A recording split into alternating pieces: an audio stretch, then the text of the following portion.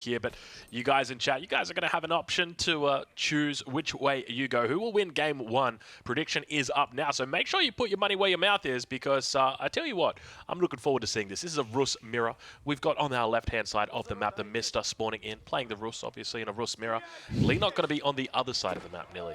Yeah, he will play in the red, and now you're asking yourself, why are they killing the deer? As you all know, or at least most of you know, if you kill some huntables, if you kill some sheep, deer, some wolves, you will actually get some gold from that. And then this little number at the left-hand side will increase your bounty. And if you advance in the tier system of the bounty, your economy increases in gold and food. Yeah, and a lot of people might be wondering about this map. Obviously, it is Highview, Rus, very strong civilization on this map, but there doesn't seem to be a lot of good maps for the Rus. I think it makes a fair bit of sense coming into this. It is a best of 7. You might have to play all 7 civilizations. Get it over and done with, hey? You're already calling it all 7 civilizations. Well, there is an 8th civilization, technically, but we don't like to talk about it. Yeah, yeah. Lots of people are already asking, like, why do we never see Delhi? Well, players are simply considering Delhi to be so strong. We had some discussions before the tournament, and I was like, let's do different ban systems, and that just felt like, nah, it's too likely that one civilization will be simply too strong, and therefore we ban this one. Otherwise, we would simply cut down from best of 5s to best of 3s, because Delhi wins most of the time. Yeah, that's exactly it. So both players would have a Delhi victory each, but yeah, coming into this, so we're taking a look right now at Mista's perspective. You can see he's built up 160 bounty already. We'll check on Leenock and see where he is at. You can see he's on 170, so relatively even at this stage in the game, Billy. Absolutely, and you have to ask yourself, why Highview on this map? Obviously, really open, so Rus without stone walls, maybe a reasonable option, but the most important thing is that this map has so many wolves, and obviously that gives you another extra 25 gold. Yeah, that's exactly it. So typically on your standard map, there's a set amount of wolves that spawn, and for whatever reason, Highview gets a couple more of them. I guess because there's obviously a lot of stealth forests here, so it just makes sense to have wolves that sort of matches the theme. But we are going to see players dropping down their landmarks very shortly. We see that Leenock is about to drop his down, so we'll check in on the base, and also Mr. going to be doing the same thing. So Golden Gate gets dropped down for him. We've already got the Golden Gate dropped down for Leenock, so I think we might actually have these flipped around at the top. I'll double check on Overlay Guy. We might get them switched up, but maybe that makes a bit more sense. Tricky to judge in a mirror, right? It is, yes.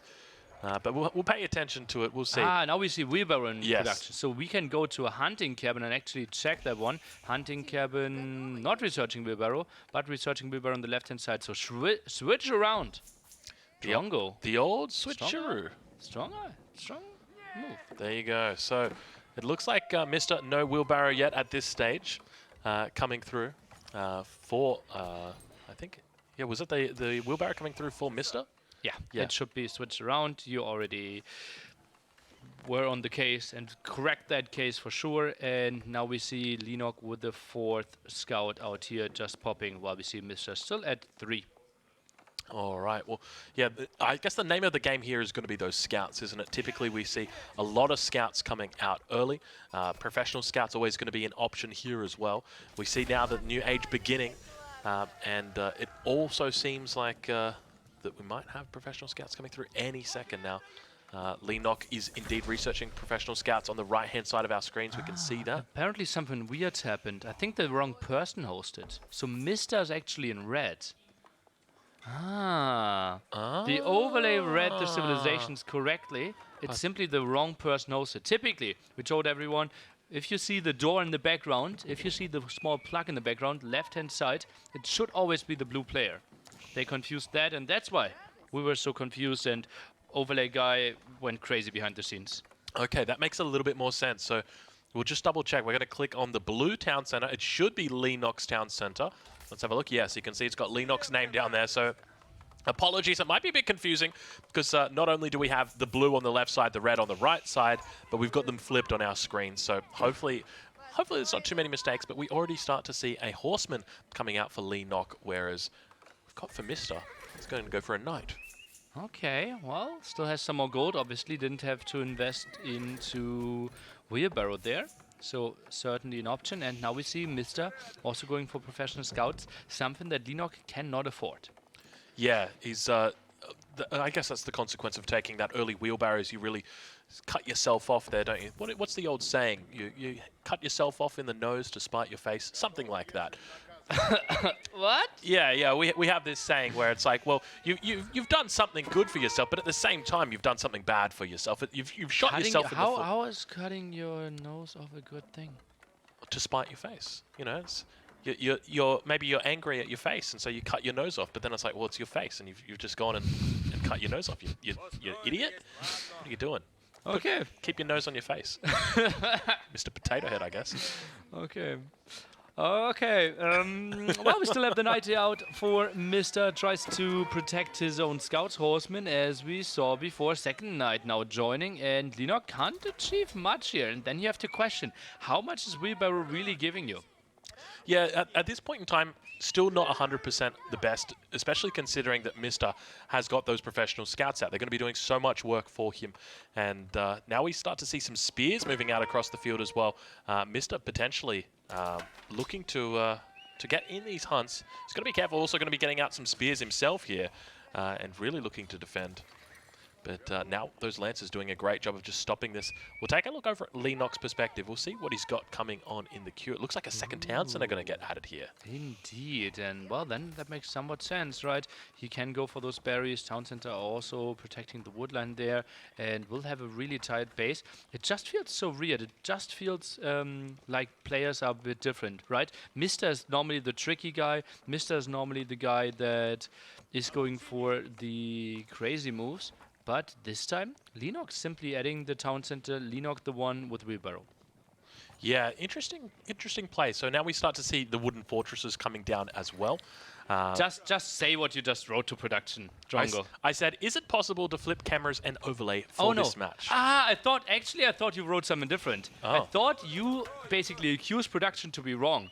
Because this, like, the Leenock playstyle is so much Mister's playstyle, don't you think? Yeah, it really is. It really is. At this point in time, Leenock is doing exactly what you'd expect Mister to do. He's playing that safe way, that methodical style, and now also dropping down an outpost or a wooden fortress in the woodline here. So really looking quite strong. Okay, let's take a look. We have now lots of villagers on berries here. Spearmen for the defense knight shouldn't really find too much. And we should see a pretty bulletproof defense, right? What can he do under the town center there, especially with the spearmen around? Yeah, he's got a great job here. He's really doing quite a lot. I would expect the response coming out from Mr. here looks to be mainly a castle age response here. Instead of going for a second town center himself, he's probably going to be trying to get some sort of timing in here. So I'm thinking a men-at-arm ram push is what he might be looking for. But it is somewhat all-in. Mr. typically wants to avoid these all-ins. He likes to sort of sit back and play a bit more defensive. But Leenock, being the boomer that he is put down that second town center. He's on a clock now, Mr. Is he though? Like, yeah, he will need to do damage, but he's soon up to castle age. He also has an archer range, which is a bit surprising to me. Nothing in the queue really for the Mr. Now some more spearmen by Leenock. And look at that. 3 archer range. We counted the strategy out, but we were wrong. Wow. Is he going horse archers? I think so. In 2022? I think so. That's absolutely wild. In March 2022. Who would have expected that on that patch? You're crazy. But it looks like Leenock now also investing in a couple of upgrades. He's getting that double broadaxe in. He lost 3 villagers on that gold mine, so a bit of a misplace. A bit of a difficult spot for him, because typically in this situation you would want to avoid altogether gathering up that gold and just doing the trades. But as a result of using that trade, getting down that stone and the second town center, he doesn't have enough resources or enough trades, and it means he has to go out onto the gold mine, loses villagers as a consequence. Maybe more spearmen could have been an option there, maybe to get a better defense, but you can't have so many spearmen at so many different angles, because that delays your cast edge timing. We already see Mr. will have the advantage there. Maybe now a counter villager pick here. Yeah, looking to try and take out that villager. He's going to get it as well, so not a bad little pick, but keep in mind that, this isn't bad, or this isn't good, rather. Leenock coming in on this landmark, spots it out. We'll be able to delay the villagers on here, so a consequence of a misplaced landmark. And this is a bit of a mistake coming out from Mr., which is unusual, because typically you don't ever see this guy make mistakes. Yeah, so true, although he still lost 3-1 in the match before they played in the group stage. Bad maps. Bad maps. So true. But still, army out of position. And typically with Ruse, you see them building their landmarks pretty close to the town center. So this is quite a surprise to me that Mr. went over there. Yeah, that's a huge thing that comes down with Roost. Typically, you're going to be having those town centers right next to, or rather the landmarks right next to the town center. Mr. opting to avoid that here and instead gets punished. Okay, Horseman now scared away. Didn't even lose a single one, although the Spearman came around. Now Archer's coming over there as well. Unlikely that too many Warrior Monks will actually join the party here, because Army already knocking at his door. Look at that, massive amount of idle villagers. Population difference at 15. Yeah, Leenock looking very strong at the moment. You can see he's got 19 military units out. Going to actually start sieging down the Abbey of the Trinity. So really looking quite potent. And you can see he's got more units in queue, just a couple horsemen. Look at the focus on Leenock's face right now. He senses that there might be blood in the water here. Look at that, so many farms being forced though, something you don't really want to do too early. Horsemen now, or horse archers trying to focus those spearmen down. Obviously archer, horseman, not the worst thing ever against horse archer. Yeah, he's looking, oh yeah, the horse archer here is actually not a bad play. It's kind of a smart move, and you can see that the horsemen going to be running in underneath that town center. They've got to be careful, and now the horse archer's really coming out. Mr. taking a play back to 2021 right here. It's a long time since we've seen this build order coming out, but he's got horse archers on the field at 11 minutes. That's pretty damn early. Yeah, absolutely, after playing the feudal age, right? And the tricky thing is, maybe Men-at-Arms might have been better in the right here, right now, against the feudal age army.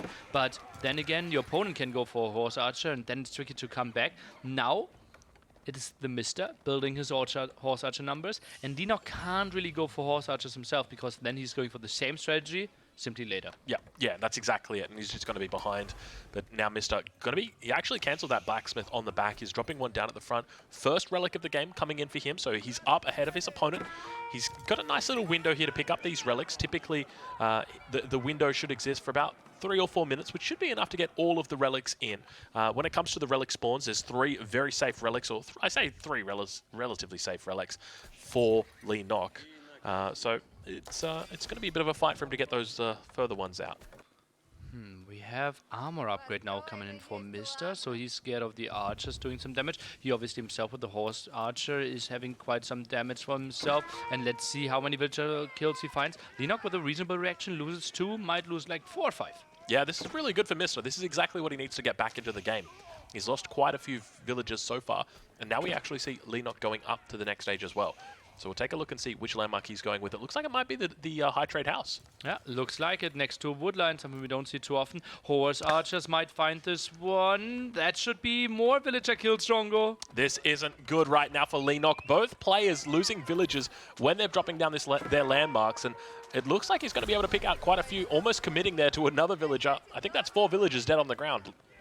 7 villager lead still for Leenock, so he is, well, actually reasonably happy with that, right? He got to Castle Age, he denied the Horseman raid. He now gets an interesting response, right? The High Trade House makes a bit more sense since you expect the opponent to already have control over most relics. Correct. I agree with this 100%. I think it's fantastic. How much gold? Give me your guesstimation. Oh, I'm going to go with 146. I go higher. What? Oh, God, we're both wrong by a mile nearly. It hurts. Was it that bad? How is he only getting 81 for it? He's got to talk to his wood investor. That's a terrible return. Maybe you should research forestry. We may see the 22-minute forestry come through. Players have been opting for it. We actually see a wooden fortress coming down on the gold mine, looking to avoid any further villager losses out here. But now Mr. moving out with a couple of villagers towards the middle of the map. What has he got in store for us as he actually drops down a couple of stables and a siege workshop? He really likes those towers. Wooden fortress gives you some control, especially in Highway with all the stealth forests there. You kind of want to have vision. You want to see what's happening, and then you can take way better fights. One wooden fortress, if you just like get a heads-up message of a fight coming a second earlier, already worth it. Yeah. The wooden fortress also for the Rus. It's currently bugged at the moment. Now, players haven't agreed to ban it out, so we might see it used here. You can actually get a little bit more distance on your springald emplacement, and keep in mind the springald emplacement hasn't been nerfed for the outposts or for the wooden fortresses in this case. They've got a lot of damage on them, so I think they do about 60 damage a pop, and they also have a range of 11, which is very high. Wow, 11? I didn't even know that. So, yeah, quite some range there for sure. Horse Archer, as you can see in the overlay, 22 on the field, might find some villager kills. And yeah, Wooden Fortress, 8 villagers can fit in. Those are more than 8. Yeah, that is more than 8, but we did see Barracks getting dropped back towards the base of Leenock as well. So might be looking at a transition into potential man-at-arms. We'll have to wait. We'll see what it goes for. Looks like Leenock going to be looking to get a Springwood emplacement on that forward wooden fortress as well. So really trying to make sure that he doesn't die in this situation. A smart move. That looks like a lot of gold income, though, for Leenock, no? For... It does, but keep in mind the typical Rus player, they're going to be trading for gold at the Golden Gate. That's why it's called the Golden Gate, because that's where you get the gold. Mangonel misses, swing and a miss, the classic swing and a miss. But then also the relics. I mean, we're so used to just seeing Rus players just always have 5 relics, always have 2 to 3 sacred sites. So as a result, it means if he wants to invest any gold, he's going to need to be mining it. Mr. will actually get the 5th relic there at the top, right? He's already on the way, already 4 in his monastery or Abbey of Trinity at home, or at least on the way. Looks really good. Also has a sacred site. His neutral gold income will be so crazy. We also saw him expand with more hunting cabins. Yeah, so this is such a smart move from Mr. And this is the consequence of going for that second town center that we saw Leenock do. So Leenock has gone for that second town center, but now we see that Mr. has somewhat risen up when it comes to the resources that he's getting. Keep in mind, he's got those relics as well. They're going to keep ticking for the rest of the game. And 4 relics that he already has in there are 10 villagers on gold. So therefore you can consider that actually being reasonably even there here when it comes to economy. And Horse Archer's finding quite some kills. Yeah, so a consequence of not walling up towards this north face. We actually see... Oh, no, he's not going for it. This could be huge. The Wololo goes off. Let's see if he manages to bait these in. Looks like they're going to be staying on the edge. We can see a couple units. He's trying to bring it forward. He's actually doing the push very well. He manages to snag 1 spear. He could have taken a lot more there, Nilly. Oh, what a beautiful move. Obviously, the monk itself can't move, but if you have units behind it, move forward. You're pushing it there. Brilliant move by Mr., but Leenock was on his toes. Yeah, very, very nice move there from Mr. Unfortunately, didn't see him get to steal away the entire army, but very well played there. He's such a sneaky character. Love to see it, but got kind of punished for it, right? Lost the monk. Relic now actually closer to his opponent than it was before. Was a bit scary, and only 1 spearman traded off. He showed off a bit, but was it actually gaining a lot? Yeah, well, it was definitely... I mean, you take your enemy's army in a move like that. Yeah. Not only is it good game, but they're probably on tilt as well. I don't know about you, but... Yeah. That wouldn't be good for me. The series is over. If someone does it to me and converts 20 units there while pushing his monk forward, we can just put 4-0 in the scoreboard. In a stealth forest nonetheless as well. So keep in mind that Leenock wouldn't have been able to see it. He just hears it because he doesn't have vision on that warrior monk. So yeah. Hey, the circle moves a bit forward? Yeah, I don't even think you get to see the circle unless you can actually see the monk. Really? I'm pretty sure. I'm sure. Look, we've got Twitch chat here. They will tell us. They're our brains trust. They never get anything wrong. They will know. So we'll sort clarification from them. But in the meantime, Mister's going to be seeking villagers. Look at that. Just getting kills everywhere. Okay, microing over here, microing at the left-hand side, really active, macro on point, Spearmen are coming over, nice split here as well. This is really good macro by Mr. Look at that, barely loses something, but gets raided. Oh, the raid back at home right now for Mr. It's not pretty, but look at the villager difference here. It's only about a 9 villager difference. There are more villagers. Mr's not paying attention to his base. Those villagers are very happily chopping away at those trees. Look at this, the entire woodline getting completely eaten up. This isn't good for Mr. When he realizes this, he's going to be putting his head in his hands. Oh, this is absolutely terrible right now for Mr. Those villager numbers continue to dwindle down. It's building up significantly. Look at this. He's barely awake right now. What is going on, Nilly? Wow, this is so weird. Goes for herbal medicine. Try to heal up a bit more. But if you have no villagers, what do you want to heal up with? He's on 36 villagers right now in the space of less than a minute. And finally he realizes, oh, this is terrible right now for Mr. 35 villagers. He still has 4 relics, but look at that. Massive advantage now for Leenock. And if Leenock holds, but he has so many losses as well. Gloves are off. Gloves really getting off right now. These two are swinging at each other, exchanging punches. But unfortunately, it looks like Mr. getting a few low blows in there by Leenock. He just, God, it's not pretty. Oh, and this is indeed the set that we were hoping for, right? Set number 1. Strong performance by VortiX. Now it's getting really spicy. Both players performing to the absolute top level. It is 100% getting chili flocking in here. It is very, very spicy because keep in mind we are sponsored proudly by Anchorkraut, so big shout out to them. Hashtag Anchorkraut in the chat. Yeah, at this point in time, Mr. has to try and look to transition out of this. He's got his relics in control.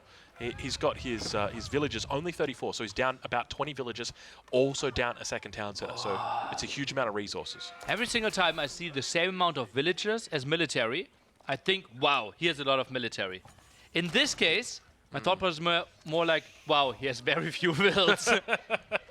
Down to 32 villagers now, so about 24 villager difference between these two. And it's just going to continue to grow, because Leenock, if we take a look at his town centers, undoubtedly, they're going to have villagers inside them coming out 2 at a time, whereas Mr. only going to be 1 at a time. So at the moment, the incomes might look similar because of those relics, but in the long term, it's going to be very different. Oh, some farms could go down here. Obviously 2 more shots and 3 at least down. First shot should get something. Oh no, actually gets 2 of them instantly. Now Knight's trying to find more. But if both players are super low on economy, relics are actually worth more, right? You can't really raid them. Sacred Site still 2 controls, and therefore Mr. roughly, well, as you can see, 800 gold income without having too many villagers. Finally bringing back what looks to be a 4th relic, so he'll be looking to secure that up. But we'll take a look now towards this north side, because there's a bit of a battle going to be coming in. Mr. microing away, but I'm a little bit worried. We'll head down towards the south side of our map right now, because these knights are posturing. They're looking for villagers nearly. They're smelling them out like vampires, or is it, no, bloodhounds? No. What are those things? Wolverines? Something smells blood. You should know this. You're Sharks. German. Sharks. Like a shark. Yeah, and they read other shark stories, right? Because lots of knights already found kills earlier, but horse archers, luckily for Mr. actually at the right position, and still the wooden fortress helping out. And that raid could have been lethal, but actually not too many villagers there to kill. Killed both of them that were there on the wood line. Unfortunately for Mr., all of his villagers are dead, so there are no villagers left in that spot to kill. But he has added a second town center, loses some mangonel to villagers, but does trade out some of them with the mangonel, so not terrible. But keep in mind, he's added in that second town center now, so he's going to be able to at least stay on par with Leenock at this point, but it's still not looking good. Wow, just look at the income. Leenock's food. Holy guacamole, look at that. He's just flying in, and as you can see, he is really able to put on military on the map. Yeah, now keep in mind, this also goes over to his bounty at the moment. We've got, we're spectating one player, I'm not sure exactly which one it is, but That's 385. Mr. He is at tier 2, Leenock already above 500, I saw that earlier, so that will be more food income. Look at that, 535 already in a 1v1. Yeah, that's absolutely massive. Now, obviously, we're playing on high view, there's always going to be a little bit more, but in a Rus mirror, it makes all the difference. Going to be affecting his cabins, also going to be affecting his villages, and that's why his food economy is so damn high. Look at that, 1,600 food a minute right now. We always thought Mr. had 4 relics, right? But in the count, or in our scoreboard at the top, it's how many relics you control. There was still 1 in the hand of a warrior monk all this time. So actually only got 300 gold per minute instead of 400 gold per minute for at least 5 minutes now, because I saw that one earlier. Yeah, you're not wrong. That's a great point. And there's still that 5th one out on the map, but Mr. trying his best to get back in this game. Take a look, and it actually looks like the 5th relic is going to get picked up here. Sacred Site getting neutralized as well. There are horse archers ready to neutralize the neutralizing forces, but oh, this could be big. We can see the Wallalol potentially coming in for a second time here. He's moving in close underneath all these villagers. If he's not careful, he's going to be losing all these villagers. He does get the move in, and you can see the horse archers pushing them forward. He's going to be taking a huge amount of villagers. Oh, it was so damn close, Nilly. Completely dodged, but what another crazy threat, and you have to be so on your toes if you play against the Mr. He's just constantly doing it. We hear a second Wallalol coming in. Where is it? It's over towards the west side, which you know as the best side. It looks like he's going to seal up 3 villages there. So slowly but steadily he gets back into the game. Is this the Cinderella story right now, Nelly? Still over 40 population behind. So much idle economy. As you can see, 41 villagers, 31 of them idle. He barely has income. Yeah, it's not pretty. Never a good spot to be in when you got 38 villagers on 34 are idle, but we can see now that he's also got a little bit of pressure coming towards that second town center as well. Veteran Spears doing their best to try and take control, but now going to be looking to deal with this raid back towards his base, but got to be losing his town center if he doesn't pay attention. He's got plenty of wood to heal this up, but unfortunately, just not the APM to do so. Oh man, obviously horse archers are a unit that you have to babysit quite a bit. You don't want to really let them fight on their own. You want to move away, shoot, want to move away, shoot, and that's where the strength is coming from, the damage output and the mobility. But that also means you can't macro on other ends. Yeah, it's really difficult. And you can see the difference in the horse archers. Obviously not as strong as they used to be. It's been rare that we've seen people actually pull out victories with them. And part of the reason why we rarely see them these days. probably might need a little bit of a buff after watching this game, but I tell you what, Mister's tried his best, but he sits pretty far behind at this point. I don't think we can really blame the horse archer in this game, right? Remember, we just had a raid with over 20 villagers dying there, Drongo. Yeah. Yeah, you're not wrong. That was a huge raid. It was so painful for Mister as well. And he tried to get one back himself. We saw that there was a potential steal, a swing of like 30 villages that could have happened. Because keep in mind, not only are you taking 15 villages from your enemy, but you're giving them to yourself. So it's a real swing of 30 villages. It's absolutely massive. But now we see another raid coming in towards the base of Mister. And neither player walling up yet, Nilly. Is that a surprise for you, considering we're 26 minutes through this game? Woodlines are not that crazy, right? And normally you want to wall... Oh, Monk drops off. The Relic runs 35% faster, but... Goes back into fight and dies.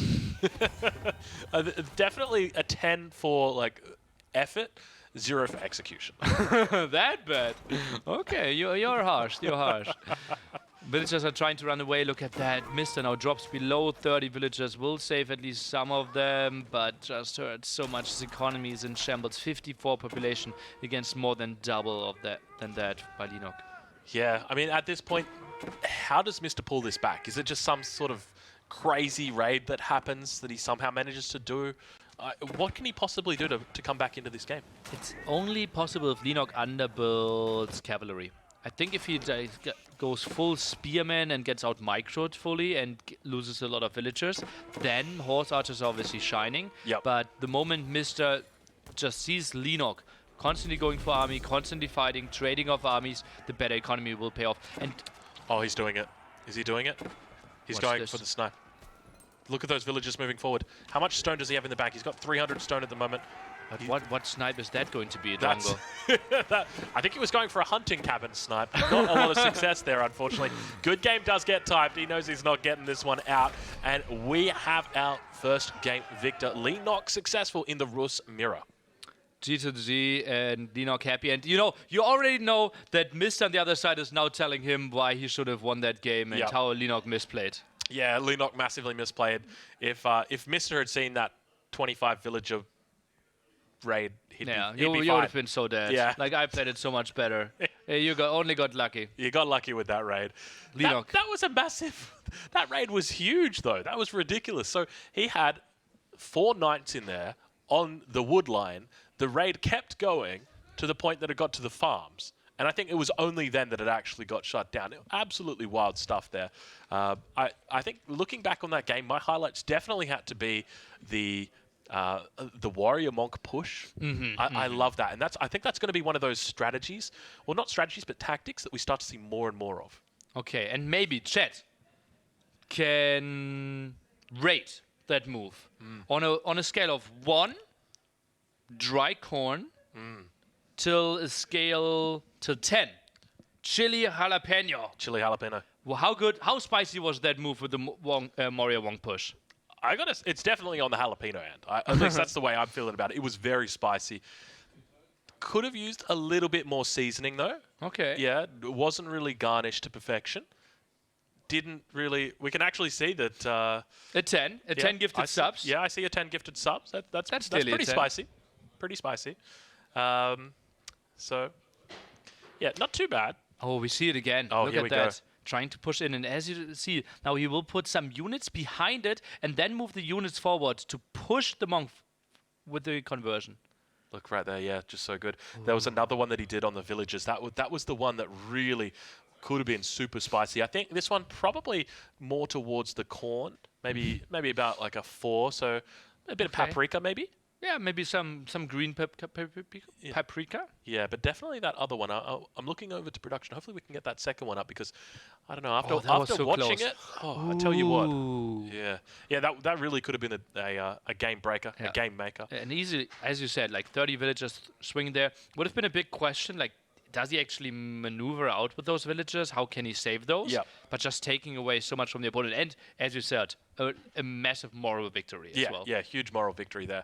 Typically what you'd see players do is just look to put down those wooden fortresses and they'd just be dropping them down like crazy with those 15 villagers. But we'll see if we can get our eyes on it. But heading into the next game, obviously Mister's going to be looking towards his home map.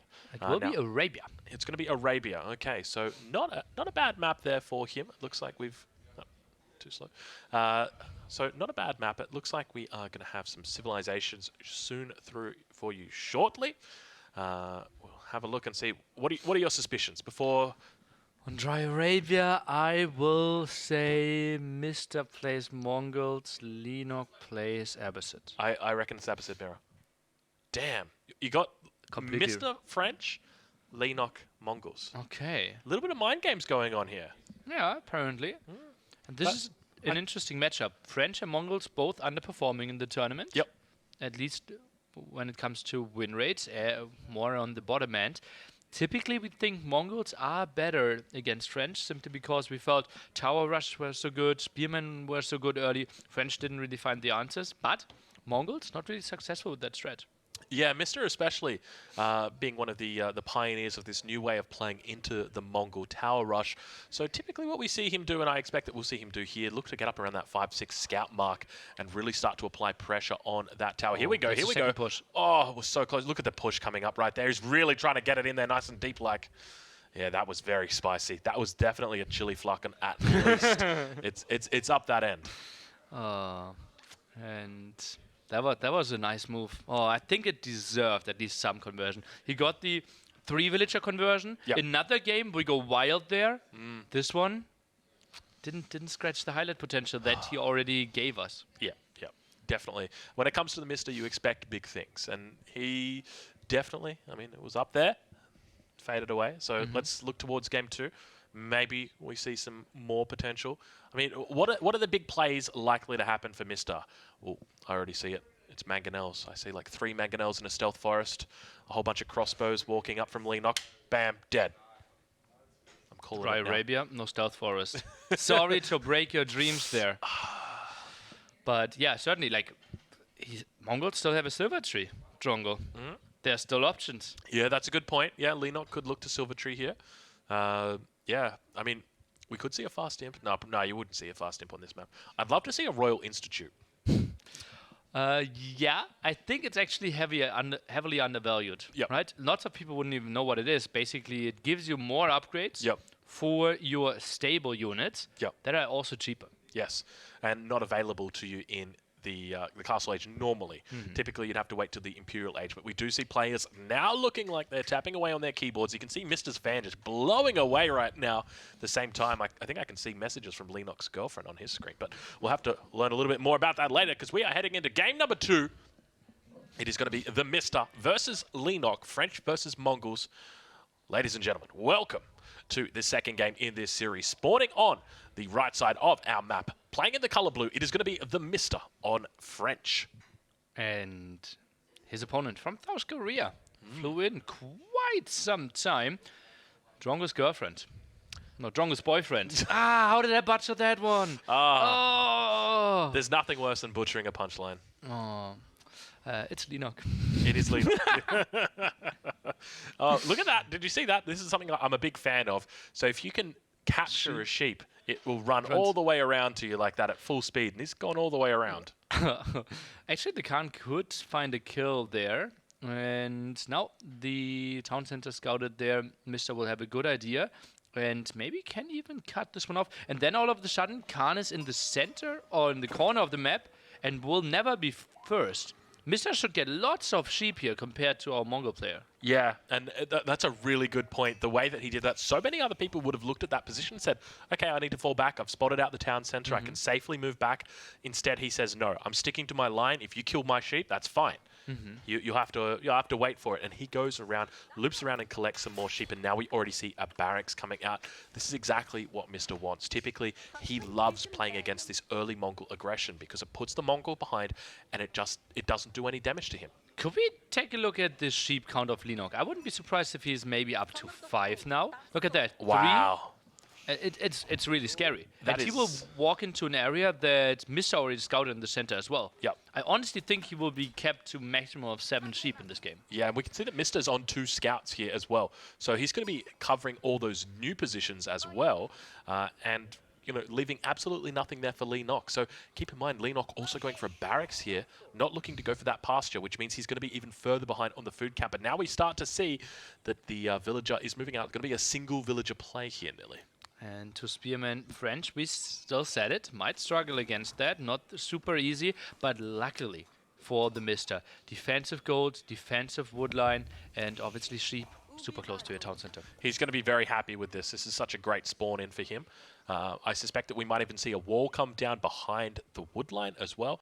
But Villager actually looking to move to the south side of Mister's base. We'll ride along with Leenock for a second and just check exactly what his line of sight looks like, because he's somewhat playing this blind. Leenock stays on 2 spearmen. No, he actually is now adding 2 more. Okay, at home. I was a bit surprised there, but 4 spearmen in total. And 1 tower won't go up that quickly.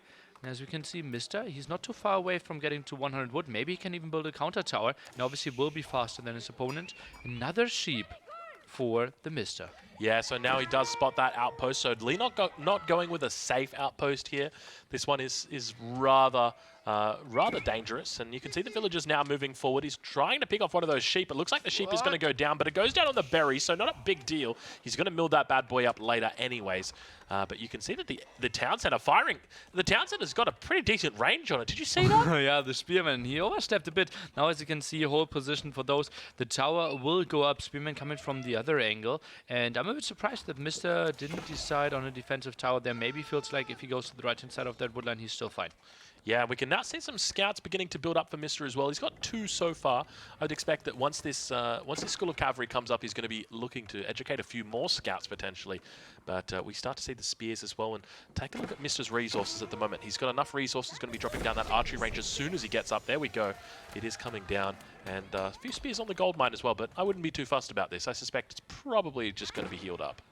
Yeah, repair pretty damn easy there, relatively close to the town center. I don't think the spearmen can contest villagers that are repairing there. But second tower, not really scouted by Mista. That feels a bit sloppy.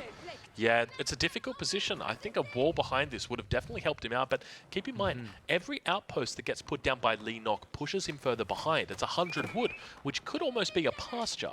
So it's a smart move from Mista to allow this to go up as well. Got to be careful here. His scout's getting a bit close to comfort. I think he needs to commit there. He can't allow this tower to go up. And one archer alone won't do too much, maybe committing there. Oh, this will hurt. I think that second tower is so good for Leenock. Yeah, it looks like the mining camp's actually going to be torched. 3, 2, 1, there it goes. So resources going over to Leenock. He'll be happy with that. Now turning his attention to defending this outpost. Going to be putting his spears inside it, and you can see the scouts now beginning to siege down that first outpost. So just when you thought it was looking a little bit dangerous for him, he's actually come in and secured himself up a position over on this western flank. And Leenock gives the one up. So clever. Scouts are killing the tower. 2 archers actually intercepting the potential spearman shift. This is clever. And I thought Mista was in a world of pain. He's totally fine. It's such a smart move, and the best part about this is he's making more scouts. He's going to go into professional scouts. So you might be looking at this thinking, okay, he's throwing all of this food into scouts. It's completely useless. No, he's going to reinvest those scouts into professional scouts and then really capitalize on that food economy.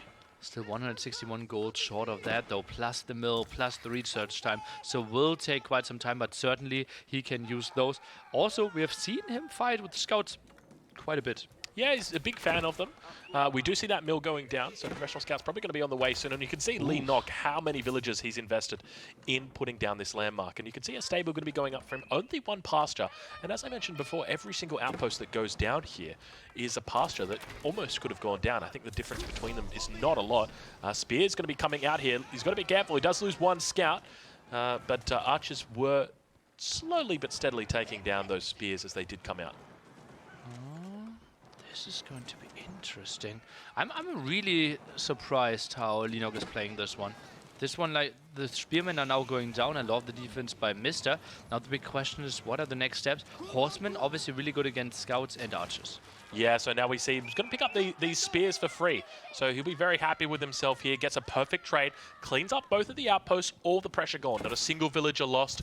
He did hand over a bounty towards the Mongol player. I think that was his only mistake. But other than that, impeccable play. Yeah, I'm impressed. And now the Khan overstepping a bit as well. Obviously, still fine against scouts here. If we only had one horseman, that Khan could fall.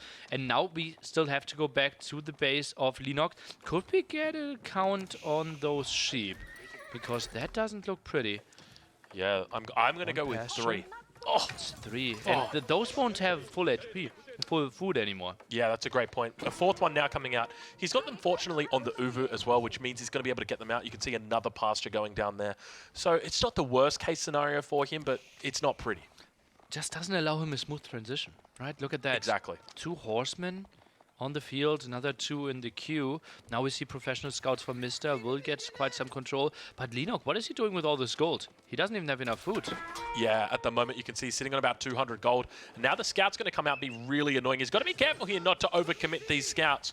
Already we can see the scouts falling back, but Khan going to be out there, buffed up by the Yam network. These horsemen going to be looking to do plenty of damage up against these scouts. They're running away at light speed, but I don't know if it's going to be fast enough. Mr. really solid resources here. Look at that. 300 food, now invested some more into gold here. Wouldn't be surprised if he just stays on all his scouts, sits back a bit more and thinks about Castle Age. Yeah, so now we can see that professional scouts is coming through for Mr., but he's going to need a bit more than profession to keep these ones alive. Falls back to the town center. Very smart move and might even be picking up a horseman for his trouble. Finally, the wall that you wanted to see earlier. He is walling at the top from the wood line, and that makes it so much trickier for the horsemen to find different attack angles. And look at that, now the scouts are coming over, easily picking up 7 carcasses, and then safe economy next to your town center. Yeah, and that's exactly it. Mr.'s going to be really happy with this. I think this is such a great position for him. Obviously, came in with the scouts, prevented a little bit of gold from being picked up, so delays Leenock just a little bit, buys himself a bit of time, and at the same time you can see he's got so many villages back there on gold. That's got to be a castle transition coming in. Feels like it. And how can you really punish that? Especially if we see Mr. now going for some spearmen. Perfect counter there against the horsemen. And Leenock, if he wants to find some damage, he needs to add an archery range. I think he probably thinks about Castle Age though. And ooh, a second barracks? Or is that just... Is he moving his initial barracks? No, that is a second barracks. Yeah, this is a difficult position right now for Mr. What he needs to be doing is scouting out Leenock. He needs to be understanding exactly how many units are being added, because Leenock could always look to play this in the feudal age. Obviously, he wants to avoid that, but it is a possibility. Why a second barracks? He's not building any spearmen? I think he could have gone pasture and then barracks. Could have had some more sheep then. Yeah, This interesting. Because now third building there, the top blacksmith. This is a man-at-arm play, but men-at-arms aren't like super crazy good against French. this could just be... Is he going all in the second age? He might realize he's behind, and he could just be going all in the second age, because he doesn't need to be adding that barracks just yet. That could be a pasture at this point, and it looks like he might have even added in another military production building back home as well. And now it looks like he's going to be able to fall in on this wood line. You can see the villagers standing by idly. A little bit of a mistake right there. It's only horsemen though, Nilly. You don't have to worry that too much. Well, 2 villagers died. 3 villagers are going to die. Why shouldn't I worry? Could have been 27 if it was knights. Dare I say what happened last game. Okay, I can see that, but relatively speaking, that was quite a bit, because Mr. Those were losses he didn't really need to take, right? He knew that mobility was out on the map. Why didn't he have 2 spearmen there? Yeah, a bit curious, a little bit of an oversight by Mr. here, but we can see he's researching. It might be survival techniques coming through on that mill. We'll have a look and see. Actually, I don't see anything in Cuba there. Oh, it's wheelbarrow. It's wheelbarrow. I do apologize. Okay, so Mr. wants to increase his economy, sees that he is having quite some gold. Still the big question, what army compositions we are going to see. Leenock, everything screams men-at-arms, maybe spearmen. On the other side, Mr., he has lots of options, right? Has the archery range, has the barracks, has the stable. Yeah, he's got a lot of options open to him. I'd love to see how he's going to play this. I suspect it's probably going to be a guild hall from him. You can see he's about to drop down that landmark as well. Both players very close to getting up now, and indeed it is going to be that landmark getting dropped down a little bit above the town centre. So guild hall going to be the way he goes today. No Royal Institute for him, and another raid coming in now. Also so sad that there was no Royal Institute being put down, and Mista just trying to find some more control, forces the opponent to build some spearmen. Maybe do we see mass spearmen and some improved siege engineering? Yeah, I think that's definitely an option. Mass Spearman plus Men-at-Arms plus the improved siege engineering. Very difficult to deal with, but we'll see how Leenock looks to play it because he is a little bit behind at the moment. Knight's going to be able to pick up a nice little catch here, managing to take out the Horseman. Now we do see the Khan popping down that movement speed arrow. Going to be looking to chase down these units. You can see the spears are so damn quick. They're going to be chasing down the Royal Knights. Looks like he's going to be able to get them away, but keep in mind, they are French Royal Knights. They've probably got access to that chivalry technology by now. I didn't really see it, and we only saw 3 knights, so I think that might be a switch away from that. Mr. now reaches castle age, as we can see, 20% on the other side for Leenock. Chivalry only now coming in. And look at that interesting mix. Archer, Men-at-Arm, Royal Knight. Yeah, this is a great composition as well. All he needs is enough archers to one-shot the spears. That's really it. So, look, there's a good chance he's going to overmake them, but typically in this situation, you could probably get away with 10 or 11 archers, and that's going to be all you need to pick off those spearmen. But we'll see how he looks to play it, though. A lot of armored units makes a lot of sense. Leenock might go Men-at-Arms, so maybe Arbaletier are an option here for our French player. And we see Veteran Archer upgrade now. Scout beautifully positioned there in the Stealth Forest, tries to get some idea of what's up. Yeah, so we can see that Leenock actually going for those Men-at-Arms, also getting a Springald emplacement on one of his outposts. But, I mean, right now it's a great time to just say, thank you very much, Overlay guy. This overlay, it really makes the tournament so much better, so much easier to cast. So big shout out to him. It's just one of those times where I'm sitting back here nearly and I'm like, it's so nice to have this overlay. Yeah, it makes judging the situation so much easier as well, Yeah. right? I was in so many spots in my AoE forecaster, quote-unquote, career, Yeah. where I was completely clueless. Like, yeah, I looked at numbers, but still, like, I basically took a minute for myself while casting, trying to figure out who's ahead. But now we see how big of an army Mr. has. We see more villagers as well for Mr. We also see quite some map control, so we know how good the situation is for him. Yeah, it's a really good situation at the moment for Mystery. We definitely feel like he is up at this point in time. We can see those Men-at-Arms beginning to come across the map as well. Keep in mind behind this, he's got a very safe food source in his base, whereas Leenock, obviously he's got those pastures. They're going to be rallying towards his town center, but it's not going to be anywhere near as close as what Mister's got. Well, safe are both, but obviously the food income is better there with the deer faster collection rate. Now some pressure here against the newly placed Ovo. What's happening? Two Ovos spawning that close next to each other? Yeah, very Never seen that. fortunate there. And he actually didn't even wait for the first one to be exhausted. He just moved it straight over. How much soon is there? It should be like 100 left. 180 left? 180 left. I guess he just decided that he didn't want to move his blacksmith. We've all been in that situation. You roll out of bed, barely want to get your blacksmith moving. Very impatient play there. Loses 180 stone there in the long run, but obviously felt, okay, now I have the 150 wood to replace it. Big fight upon us. Yeah, quite a big fight going to break out. We see that movement speed arrow going down. You can see the Men-at-Arms and the spears getting picked off. Just enough archers on the back line to be able to one-shot those, doing a great job. Men-at-Arms at the same time. Going to be fighting off against the Men-at-Arms when it comes to the upgrades. French having 2 of the melee attack and also getting 2 of the range defense as well. But it looks like he's going to have to fall back from this position. A lot of Men-at-Arms looking to defend here. Scouts actually in there helping out with the fight as well. Obviously, they're healing up, and the Royal Knights are healing up as well. Military-wise, we're looking at 34 against 9. Yeah, Mr. looking like he's in a great position now. Keep in mind, Leenock isn't the kind of guy to throw away a game like this just yet. He'll probably be looking to fall back. Maybe make an Uvu a little bit closer to his base, somewhere a little bit safer, perhaps. I don't know about you, Nilly. Maybe there's a stone mine somewhere with 180 left on it. Still, is it really a good investment then? 150 wood investment, 180 stone out of it. You're only getting 30 and you're taking away resources from yourself. But yeah, truly a weird move there. Leenock increases his economy. I didn't really know he had a breathing room for that. Yeah, now going to be falling back towards the front, looking to drop down a prayer tent. But once again, Nilly, I suspect he's going to need more than prayers to save himself from the current position because he's getting absolutely overwhelmed.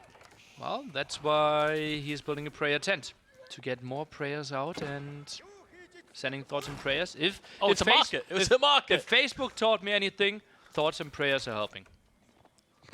At least that's what they think. But we see a second. Is that a second town center that's dropped down? Does he have a second town center right there? Yeah.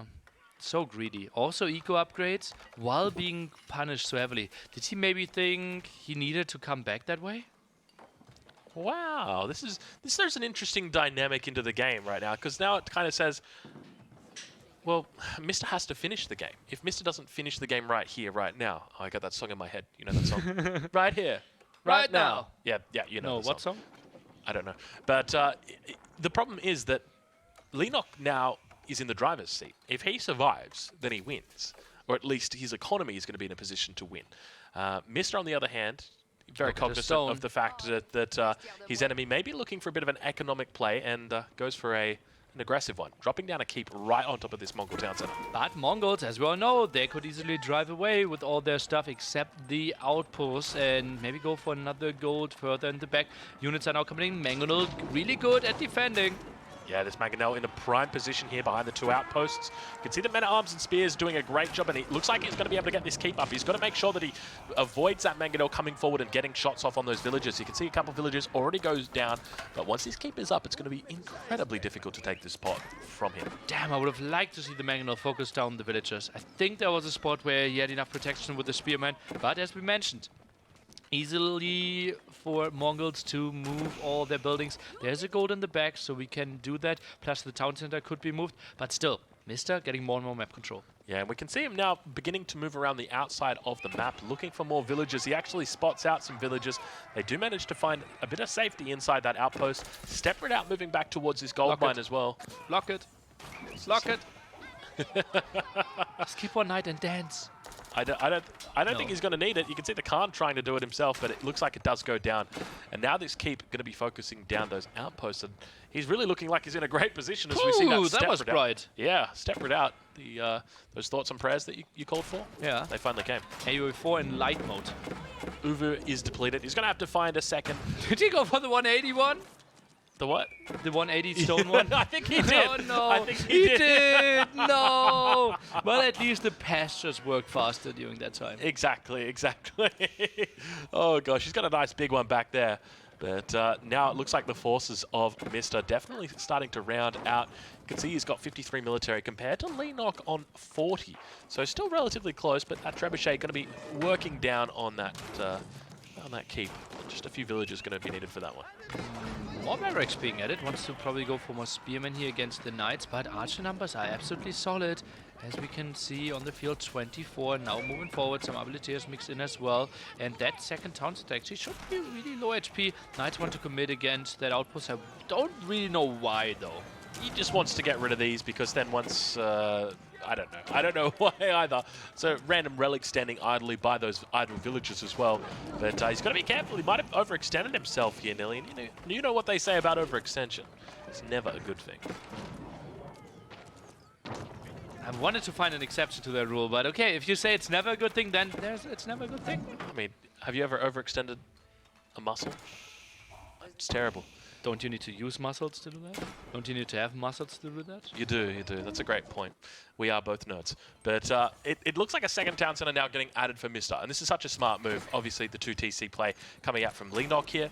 He needs to be making sure that he's able to stay, he needs to keep up with the Joneses.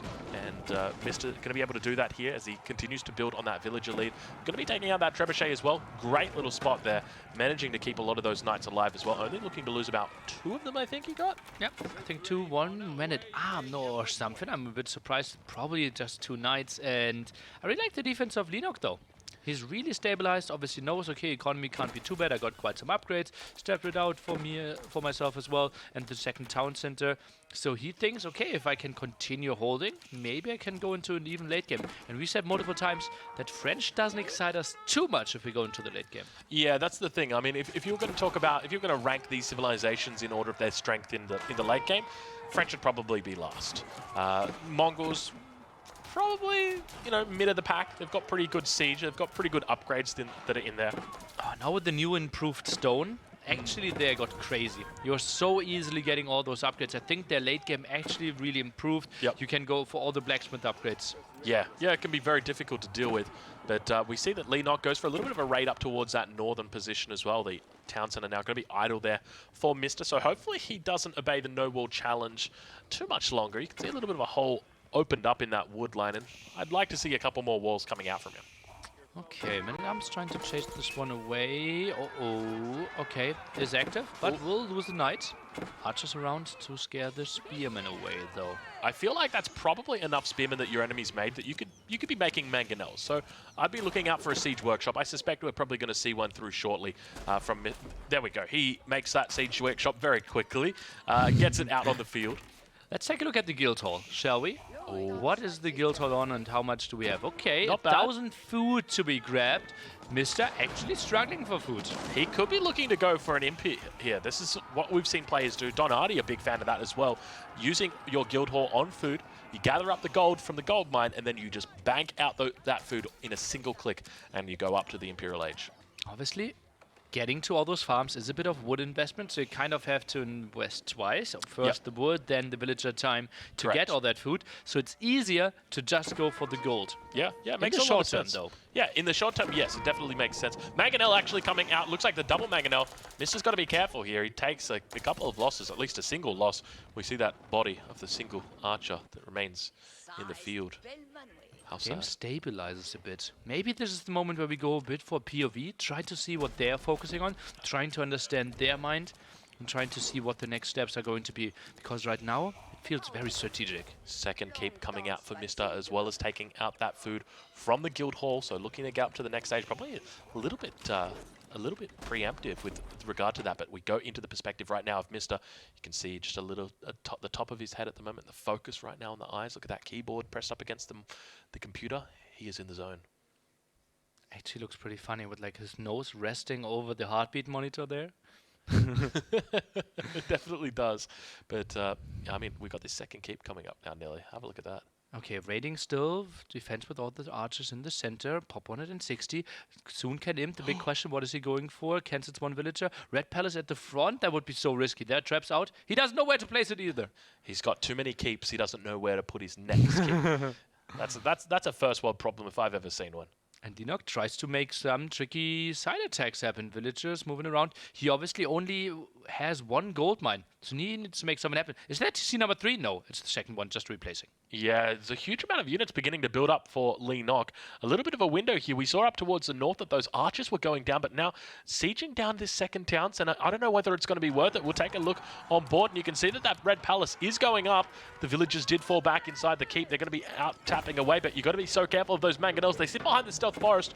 Nearly, this could be bad.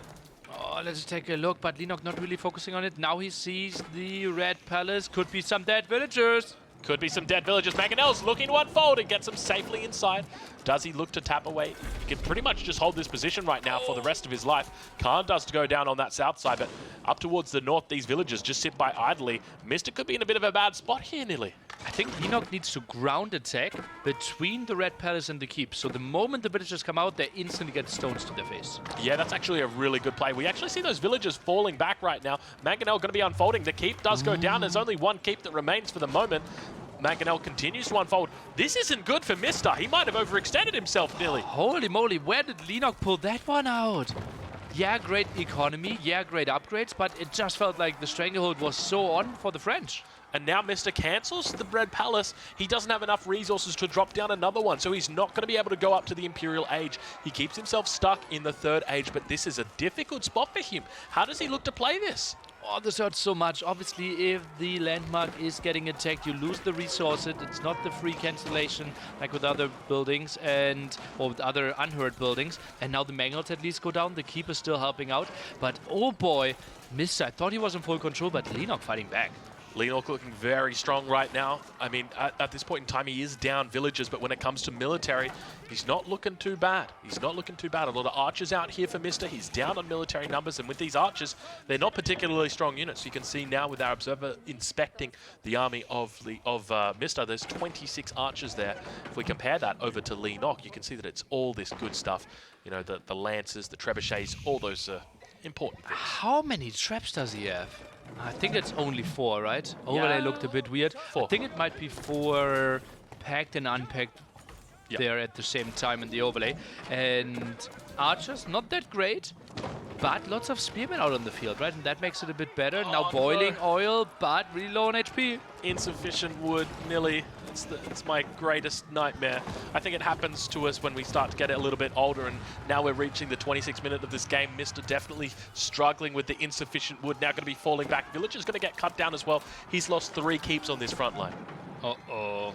And that's really costly. Loses some control as well. And French, they normally want to have those keeps because you can produce cheaper if you have production around your keeps. But now lost so much stone at the front. And that's another one. That's a strategic keep to control map, but he's not really using the French bonus. Yeah, and that's exactly it. A lot of people will forget about that French bonus. You see players like give you anxiety, they love to do it. They drop down their military at the front of their base, absolutely perfect, and then they drop down that keep as well, getting that bonus. But unfortunately in this situation, Mr. forgetting about that, and that's a huge bonus. 25% reduction of costs. Yeah, I've seen lots of games of Neptune. I don't know if you know him. Super successful player from China, won a $20,000 tournament there, and dominated with French. Yep. Like always, like walled off, played very short feudal age, then got to keep up all the buildings around it, and suddenly he overwhelmed you and you didn't expect it. Yeah, it's a really good point.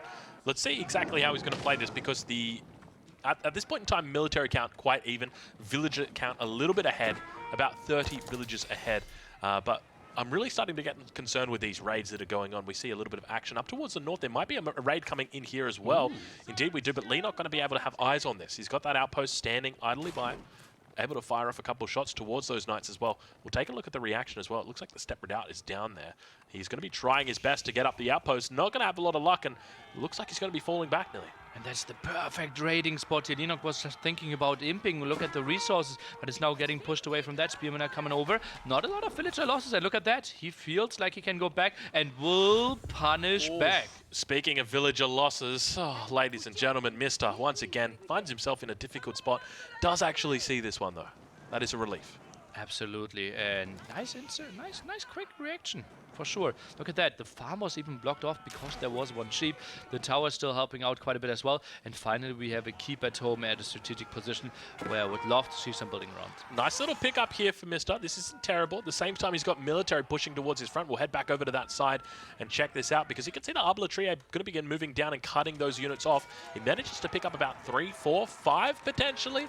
Not a bad little trade there. It looks like a 6-1 will go down, so he manages to get not a bad trade out for those villagers. Has to be happy. And Mr., how much stone did he mine this game? Feels pretty damn crazy. Yeah. He lost 2 keeps at the front, the Red Palace, and I think he still has 3 keeps on the map. 1 in the center, 1 at the bottom, 1 at the top. Pretty big investment. That's a huge amount of stone that he's had. Can we take a look at his guild hall? I want to check and see exactly where his guild hall is at with regard to the resources that it's got. And we are sitting at 1,500 food. Yeah, that's a pretty decent amount of food. From here, how much gold does he have? Only 113, so not really in a position to go imp himself at this point in time. It sucks. The shoe is really on the other foot at this point in time. Leenock now. Oh, he just cashed it in. As you can see, he jumped to 2k food. Let's take a look at the guild hall. I think he put it onto gold now. We'll take a look and see from Mr's perspective what his guild hall is on. Still on food. He just cashed it in. He Only cashed it in food, without doing anything. Wow, interesting choice. I don't know what. Because he's still floating 1,500 wood. Yeah. If you cash it in, you kind of want to instantly use it. Yeah, that's a really good point. But yeah, forces now for Mr. starting to build up. But keep in mind, he's only got these archers, whereas we've got the trebuchets out here. Now, you will notice it's a bit of a bug up towards the top side. You can see the trebuchets are listed there twice. I assure you, he's only got 4 trebuchets, Leenock, not those 8. But on the other side, it looks like 4 Springlords coming out so far for Mr. compared to the 4 Mangonels of his enemy. And elite lances. Not really your typical unit you see against French, right? Because if you go up against French with kind of the same unit, Lance and Knight, but he has all the advantages with the better biology, for example. Yep. That's not really pretty for you. Yeah, it's definitely not pretty. The main thing is that he is up, though. He's ahead of his enemy here. And Lancers, I mean, that is a great victory condition. But speaking of victory conditions, Mr. running into the base of Leenock now. We can see that villager count starting to fall down. He's managed to maul a couple of villagers out the front here. Going to be walking towards the wood line. Now, Leenock does see that. We saw the units moving back to handle it. But at the same time, there's just so much going on around the map. Raids going everywhere. A wolf getting in on the action. It's not pretty right now for Leenock as that villager count continues to dwindle. Down to 70, and that number is still dropping. Some spearmen are coming over, but that woodline is not looking too pretty either. And yes, it is Castle Age against the Imperial Age, but I don't really see the numbers. And we had elite Lancers, but only 4 on the field. Yeah, this is really, really tough right now. We continue to see a push coming in from the north side. Look at the trebuchets that are beginning to build up as well. These guys mean absolute business. But Springleton placement now coming through. Looks like a couple of knights also going to be coming out. So I suspect from here, Leenock just going to go full knights. And that's a full lancer. And that's a smart move. Honestly, that's all he needs to do. The main issue is that the arbaletier are going to be able to do a lot of damage. So probably needs to mix horsemen in with them. But he can really just focus on that composition right now. Okay, what are the next steps here? It just feels like Leenock kind of wants to buy time. And Mista, I don't really see the push. Look at that! Look at that Q! If he just cancelled the Q, he could be in. That's very, very true. But now we see those spears finally moving out. A little bit of a fight. There's been a lot of skirmishes this game, but now it looks like a fight. Springald's beginning to unpack. First one going to be going down. Spears doing a great job as they get on the front line. We can see the second and the third Springald's going down to Spears as well. Now keep in mind the archers behind here are going to be doing a lot of damage, but those mangonels do look to stay alive at the moment. 2 mangonels as well as 2 trebuchets on the back line. Look at the men-at-arms coming out right now for Mista. He's looking very strong, but at the same time, you've got to be careful. He's up against elite lancers here, Nelly, so you've got to be careful not to overextend. Arbiters against the Lance, their spearmen against, or dying against the archers. It just feels like there's too much blue on the map. Military down to 30 for Leenock, but still has so much better units that this is still pretty much uncallable. Yeah, right now you can see he's got about double the infantry or double the mass of his opponent, but keep in mind, Leenock is getting plenty of units through. He's got elite spears by the looks of it. He's also getting that elite army tactics as well. He's getting a cannon in placement, so he's looking to hold on in this position. He senses that he might be on the ropes, so really trying to dig deep right now. Imperial Khan obviously helping out, but he doesn't have a lot of friends anymore. Look at that, down to 8 military. It's not looking good for Leenock, and Mista finally broke the South Korean. Yeah, it's looking very, very tough, but he's managed to keep his head above water for the majority of this game.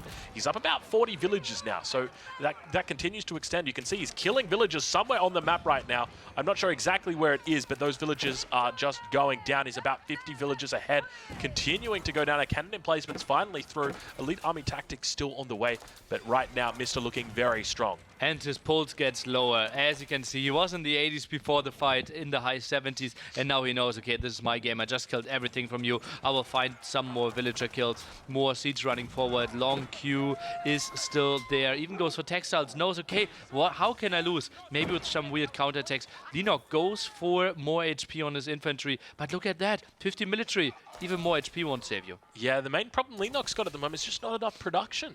We can see that he's got units in queue, but it's nowhere near enough. He's got so many resources that he could be spending, but unfortunately it's just not working out. More than 2,000 stones stacked up right now. That could be, I think that's like 8 lancers. I think it costs 240 to have 1 lancer from stone. So yeah, you're missing out on about 8 lancers at the moment. That's huge. Okay, now improved Springald range here even for our Mongol player. Something we don't see too often. And yeah, does he have any Springalds on the map? Like, what is this? Why are we going for this upgrade? We have 1 Khan, 12 Lancers, 12 Spearmen.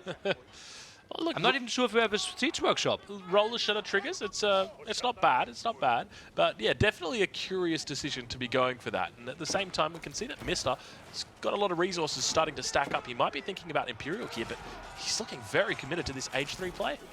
Looks like it. Maybe some more spearmen could have helped out there against the lancers as well. Knights are coming over. Abaletiers should be protected. And those lancers are finally breaking, but it just feels like they're not in high enough numbers. And Leenock taking okayish fights, but the economy behind it is simply too bad now. Yeah, this is such a difficult spot for him, and you can see he's down 67 villages. Compare that to the 128 of Mista, and he is looking incredibly like he might be in dire straits. This is very tough for him. Trying his best to hold on, down to 13 military population. You can see he's managing to do it, even for a brief time, but Mista just rallying it in so many troops. We can hear all of that production coming out. Damn. Imp army is good, Drongo. It felt like Mista had 3 times the army, but that one was reasonably close, I have to think. Yeah, and this is part of the reason why elite lancers are so dangerous to play around with, because if one gets into the wood line, it's a villager dead in 2 hits, and at the same time, so strong up against these units. AD population though, not really looking too good, and Khan is trying to make something wild happen. That TC somewhat in no man's land. More villagers there, not enough pastures either. Spearmen are coming in and more losses. Now villagers dying next to it. And look at that, Mr. He already had 2 aggressive keep, now tries to go for another one. Yeah, he's definitely coming in for the final blow right here. If he gets this keep up, it's going to be very difficult for his opponent to really play in this position, because you can see these units continuing to stream across onto this spot. Can we spot out the villagers? There's the villagers moving right now. And I think this keep should be pretty much uncontested, as we can see in the overlay. 6, or no, now he goes for Feudal Age Horsemen here. Leenock completely out of wood for such a long time. Needs to go for trash units that aren't costing gold, and knows he can't really fight. Good game gets called. Mr. Victorious manages to even up the score. 1-1. Take the series to now a best of 5. Keep in mind, we are in a best of 7. So essentially just get rid of those first 2 games and let's think about the next ones, because we're going to be heading into game number 3 shortly. You see Mr. right there with his fan. Going to be adjusting that. Puts out the purple one gets put out. The red one comes in. Stronger fan now. Stronger fan. Yeah, and maybe upgrading there quite a bit. And yeah, looks pretty damn sweet for Mr. Quite some solid play in so many regards, especially with the early tower rush. We felt the defense there with the scouts and the archers worked out quite nicely. It felt, though, that the spearmen were a bit split off, all at the right-hand side, and that's why we saw the easy clear-off against the second tower. Maybe an additional volley, initial production cycle of more spearmen could have saved the second tower. Yeah, definitely. I think he kind of let it down.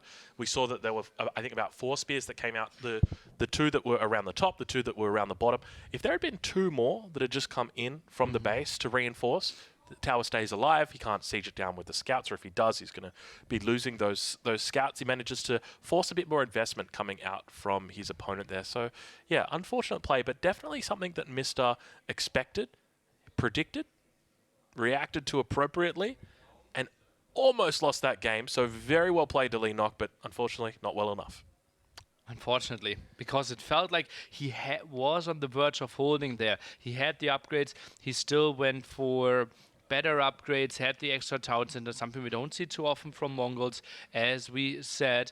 But French just got so much on the map, so much map control. And in the end, the big problem also was no gold control for the Mongols, right? Got pushed away from the front, obviously with Severed out, got the 2 gold spots in the back pretty quickly, and then he was dry. Yeah, that's exactly it. So heading into game number 3, there's obviously quite a few maps available. Leenock's still yet to use the Chinese as well. Do we see the Chinese coming out here, Nilly? I honestly think we might go to game 7. I wouldn't be surprised. So at some point we have to see Chinese from either player.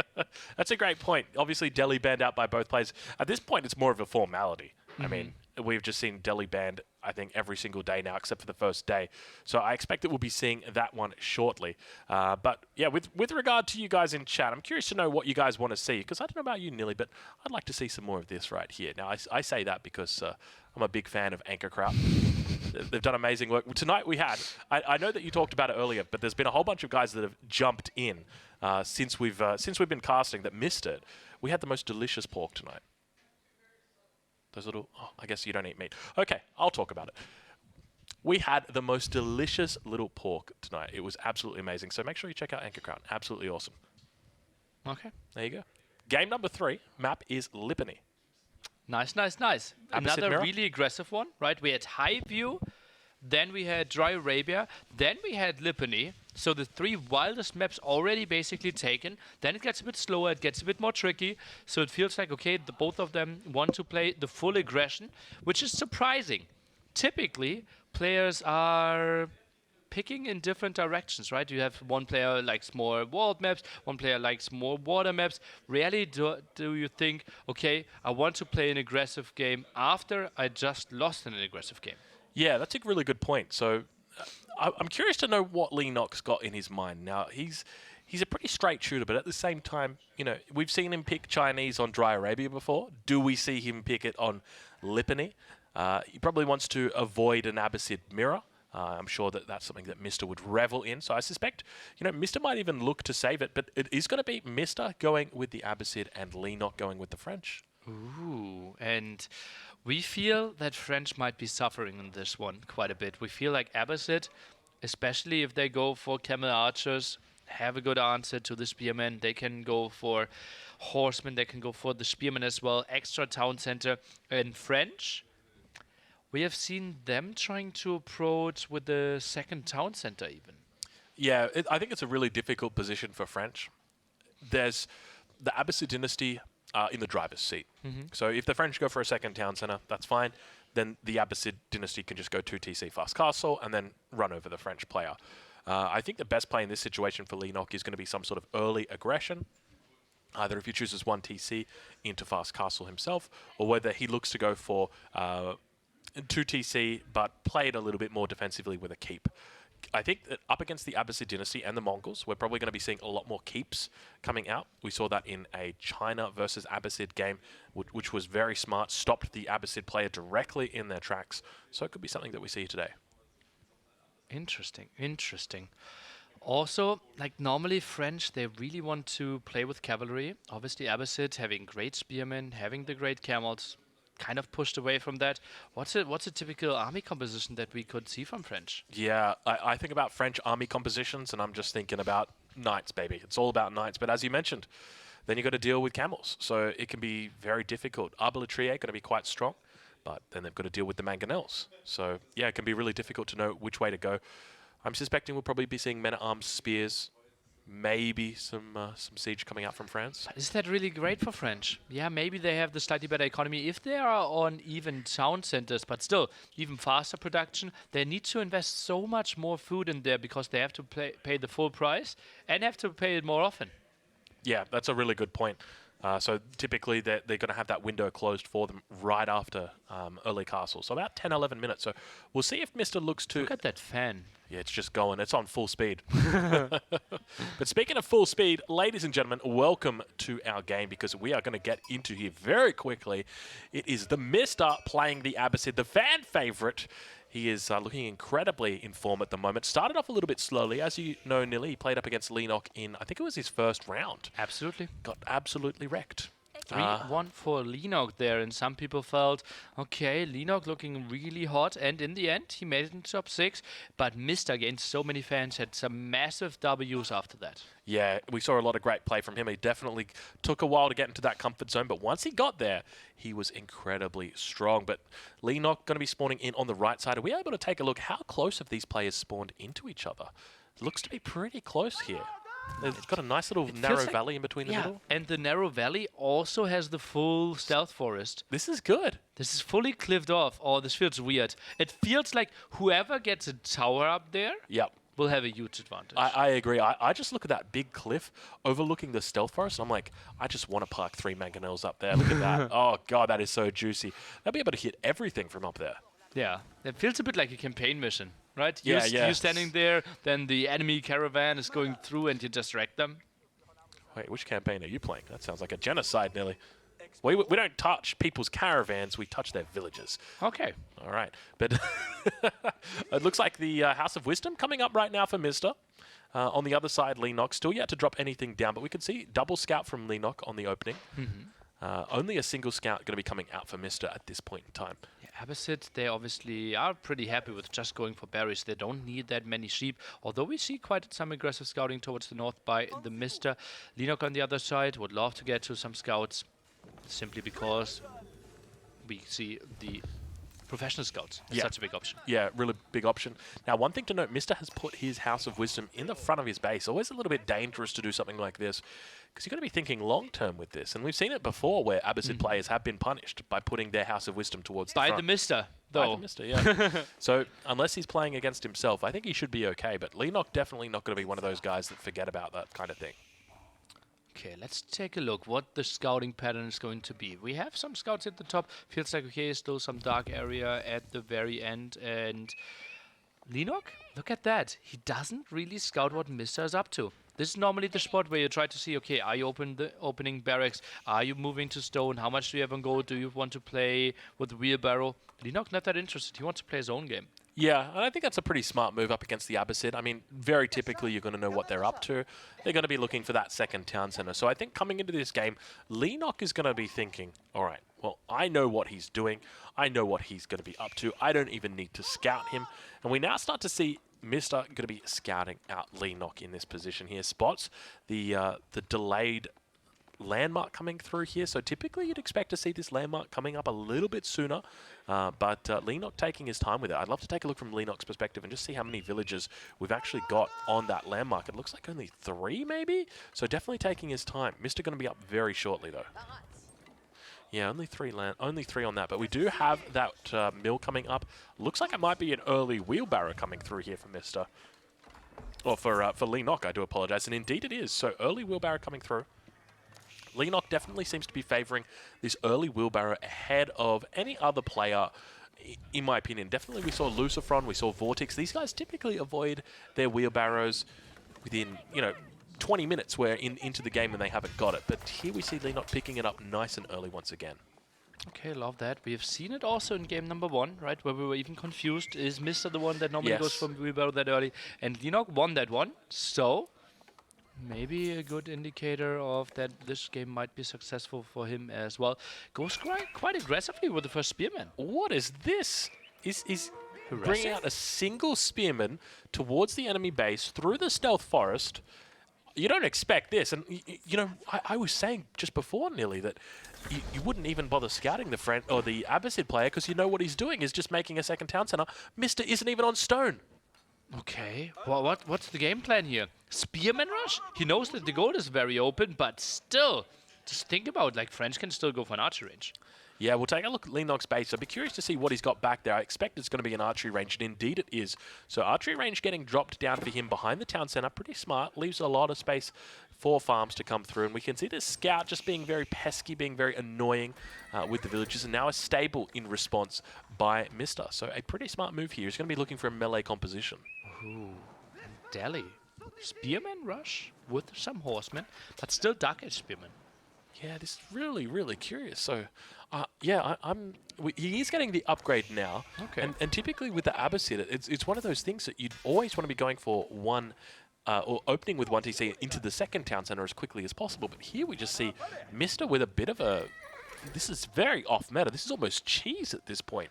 But maybe he tried to counter strategy to the counter, right? If Leenock went for the second town center himself, and Mr. just goes for Spearman with the option to instantly build some ramps, he could just punish French so easily. Yep, that's exactly it.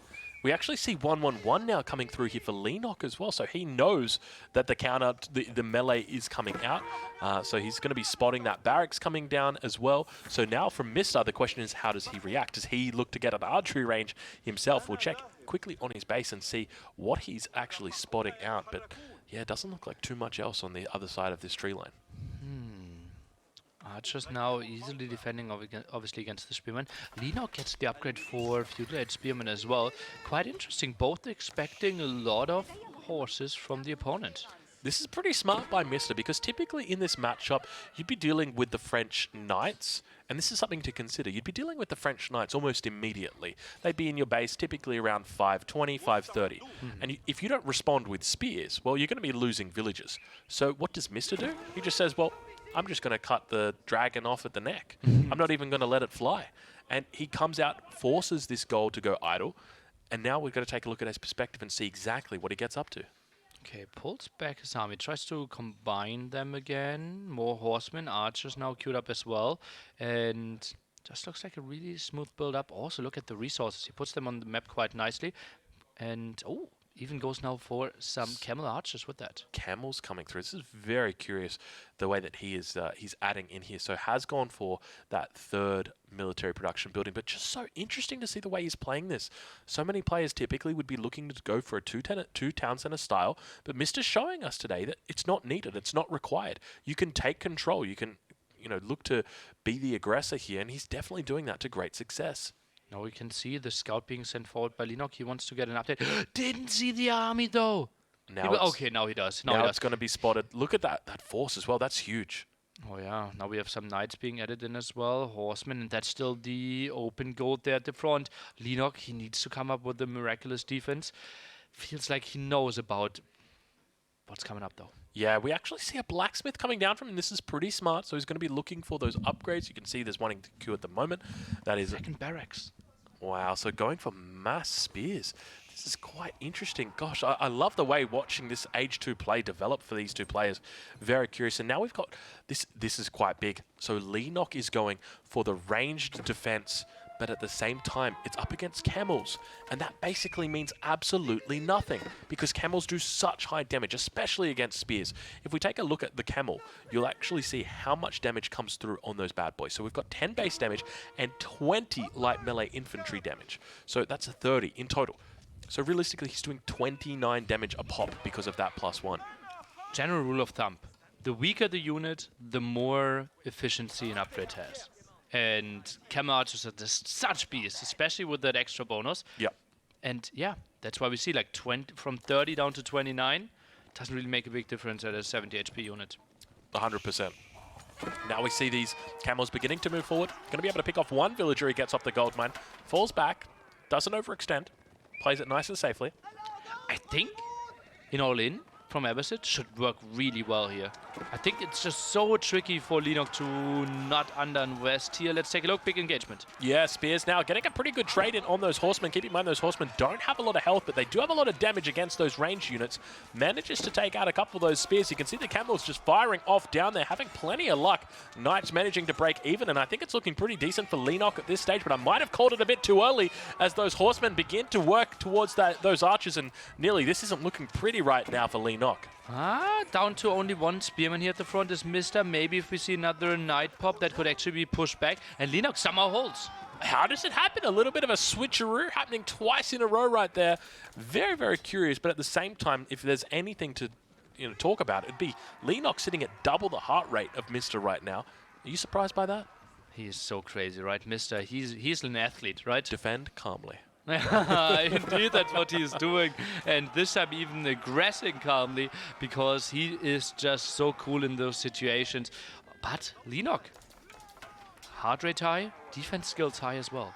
Yeah, he's definitely trying his best right now to put on some hurt. We can see that he's still not, neither player actually gathering up stone at this point. So both players really committing to that one base, taking us back to the early days where we'd see 1-1-1 coming out. But interesting that Mr. went for a bit of a gamble here. Didn't pay off. That's the way I feel about it. Normally you would expect that a two-town center play would be happening from our Beastyqt player by at least the 9th minute. We're now sitting at minute number 11. He is equal on villagers, but when it comes to military, he's down, and he is nowhere near adding in that second town center. Only now going on to stone, but Leenock, some villager losses as well. That's why the count is even. Still not too bad. Leenock, though, look at the resources. He has no knights in the queue. He's actually thinking about castling. And on the other side, I think Mr., he wants to make something happen. Fuel Age. Yeah, this is quite curious to go for a castle here. I think this is actually a pretty decent play. He's got the aggression right now, and that buys him a lot of time because he's going to be able to fall back towards his base, and that's at least 30 seconds. Now also spots the stone being gathered. He knows Mr. wants to grab that second town center, so he has a window. 3 villagers down already. Oh, that was pretty big. 21 military against 24. Leenock with a slight advantage. It was really risky, in my opinion, to walk through that stealth forest without any vision, though. Yeah, Leenock definitely living on the edge, quite literally. Going to be coming back out again. Yeah, you've got to be so careful in that situation, but Mr. unfortunately not going to be able to gather any stone. And I got to be honest with you, it definitely feels like Leenock pulling ahead in this game. You can see the upgrades coming through. He's got double broadaxe. He's also got horticulture. He's looking really strong. Crazy how much he's focusing on economy upgrades. We already saw it in the game before, which maybe allowed him into the comeback. But this game, it felt a bit weird. He didn't build army for quite some time. Now he squeezed in an archer, a spearman, and chivalry. Now again, a small cycle of more units while trying to go to castle age. I'm a bit confused by that. Little bit of a raid coming up towards this position now, obviously only up against horsemen, so be lucky if he gets a single villager here. He's going to try his best, doesn't get any of them. Spear's going to be coming back and able to defend this position. Knight's also got to be careful. I think he just rallied those units. I think he might be losing them as well, but now actually doing a pretty decent surround. There should be horsemen as well coming towards the north. They were the horsemen we saw earlier. looking to pick up these archers. He's in a great position right now. MiSTA definitely looking like he's lifting. Oh man, all the archers are dying here. This is horrible for Leenock. And what was he doing? He was trying to advance to Castle Age while with an aggressive tower. That's not a thing. That is not a thing at all. So very, very curious play from Leenock. He's got plenty of resources in the bank, but he's got absolutely no army. He's down to 13. MiSTA is ahead by more than double at this point. There's no way Leenock can age with this. It just won't work. And now he is putting it on the map again. Look at that. 2 more knights, 2 more spearmen. Cancels those again. What's happening here? He's so indecisive. Yeah, really, really tough play there from Leenock. I think if he'd fallen back, he would have been 100% okay. Instead, decides to play aggressive and gets punished for it. Now up towards the north, a bit of a raid going to potentially be coming in if he spots it out. There was a mining camp that was getting thrown down, but out on the edge, and somehow, some way, Leenock knows not to go for it. Stealth forest, bad for both though, and now the army is moving in. Some more spearmen pushing that away. 1 villager dies, and somehow Leenock gets away with most of those vills. Jeez, he's so lucky to keep those alive. You can see just how difficult it was for him. Look at all the units he's got in queue as well. There's plenty of units in queue. Now a little bit of a trade in the middle here. Not a good trade either. There's plenty of spears here able to tank up this damage, defending, and lots of damage getting put onto those knights. Is MiSTA on 2 TCs? I think he added a second one, right? Was on stone, now adding... Not really. Not really. I don't think he is. Scout it? I How don't much think... stone did he mine? Maybe we can get an update there. Let's check his stone mine. We're going to click on it. Let's have a look. And it's, yeah, only took 90 stone. Wow. Okay, so really just sticking out to 1 TC against French in Feudal. That's dangerous. Now, But he did some damage. and that's the big thing. If you can do damage, I think you can be okay in this position. The main part is that you got to do damage. You managed to take out a couple villages up towards that north. Obviously, could have been very terrible, but you could see MiSTA was so close to making that a bad engagement for Leenock, but managed to keep his head above water. Now MiSTA thinking about getting up to the Castle Age himself. Yeah, as you can see, only 1 camel archers. Now queues up 3 more spearmen, though on the other side, Leenock all of a sudden producing everything, tries to get another tower up, but should get denied. Yeah, not looking pretty right now, and we see units really starting to come out for MiSTA. He's looking like he might be in control here, and forces out this this position. Those villagers going to be heading back towards the town center. Not a lot of gold being collected from this either. He is really in a difficult spot here, Leenock. No really safe gold for him. Drongo, where's the second gold spot? This is one, and the other one at the bottom there. Oh, this is a horrible spawn for Leenock. The issue is that he's not putting down outposts on these. He needs to get these outposts down really, really, early in the piece. But unfortunately, towards the north, he got cut off. It looks like there might be a few more villagers heading up towards that position. Now down towards the south, we see a raid coming through. All of them super low. All of them super low. Yeah, this Look at that micro. Wow. How can you be this good? You're Korean. Okay. That's the answer. That's the answer to a lot of things. North But, or South Korean? South one. Okay. The good one. North Korea is the good one. I think we're going to need to talk about that after the games. Okay. All right, looks like a little bit more of a push coming out now. Oh, wait, what is that? Double mill? What is that mill all about? I guess if there's a sieve to go double mill, it's the French. You do pay half the price, so at least you're getting this is like a secondary tax. Okay, let's take a look. He still tries to find something. At the top, he also has something to scout the gold. He knows that, okay, I control 2 of your gold spots. You somewhere have to be expanding. And that's exactly what he finds, and this is the consequence of being lazy with your farm. So these farms could have been safely underneath the town center. Instead, now they sit out on the edge of the map, easily able to be sieged, idled, and MiSTA has found himself thousands of resources down here. Oh, why is he not chasing this one down? This could have been easy 2-3 more villager kills. It really could have. But MiSTA looking incredibly good. He's finding a lot of good timings out here. Now, keep in mind, his enemy has been on that position for a long time. Okay, and it's only once the farms go down that he actually found that position. So those farms could have gone down in the base, and MiSTA wouldn't have found anything. But he walks out there, finds those farms, and he's very happy with it. And those villagers are back at it. Look at that, they're moving towards it again. What is he doing? Leenock making an old school mistake right there, nearly. I tell you what, if there's Age of Empires 4 101, I think that's got to be like tip number 6. Okay, tip number 7, don't throw away your whole army if the opponent is already waiting for you. Yeah, this is really, really tough. Mista also stacking up plenty of wood at this point in time. You can see his macro starting to get a bit off. Could be thinking about rams or even a siege tower.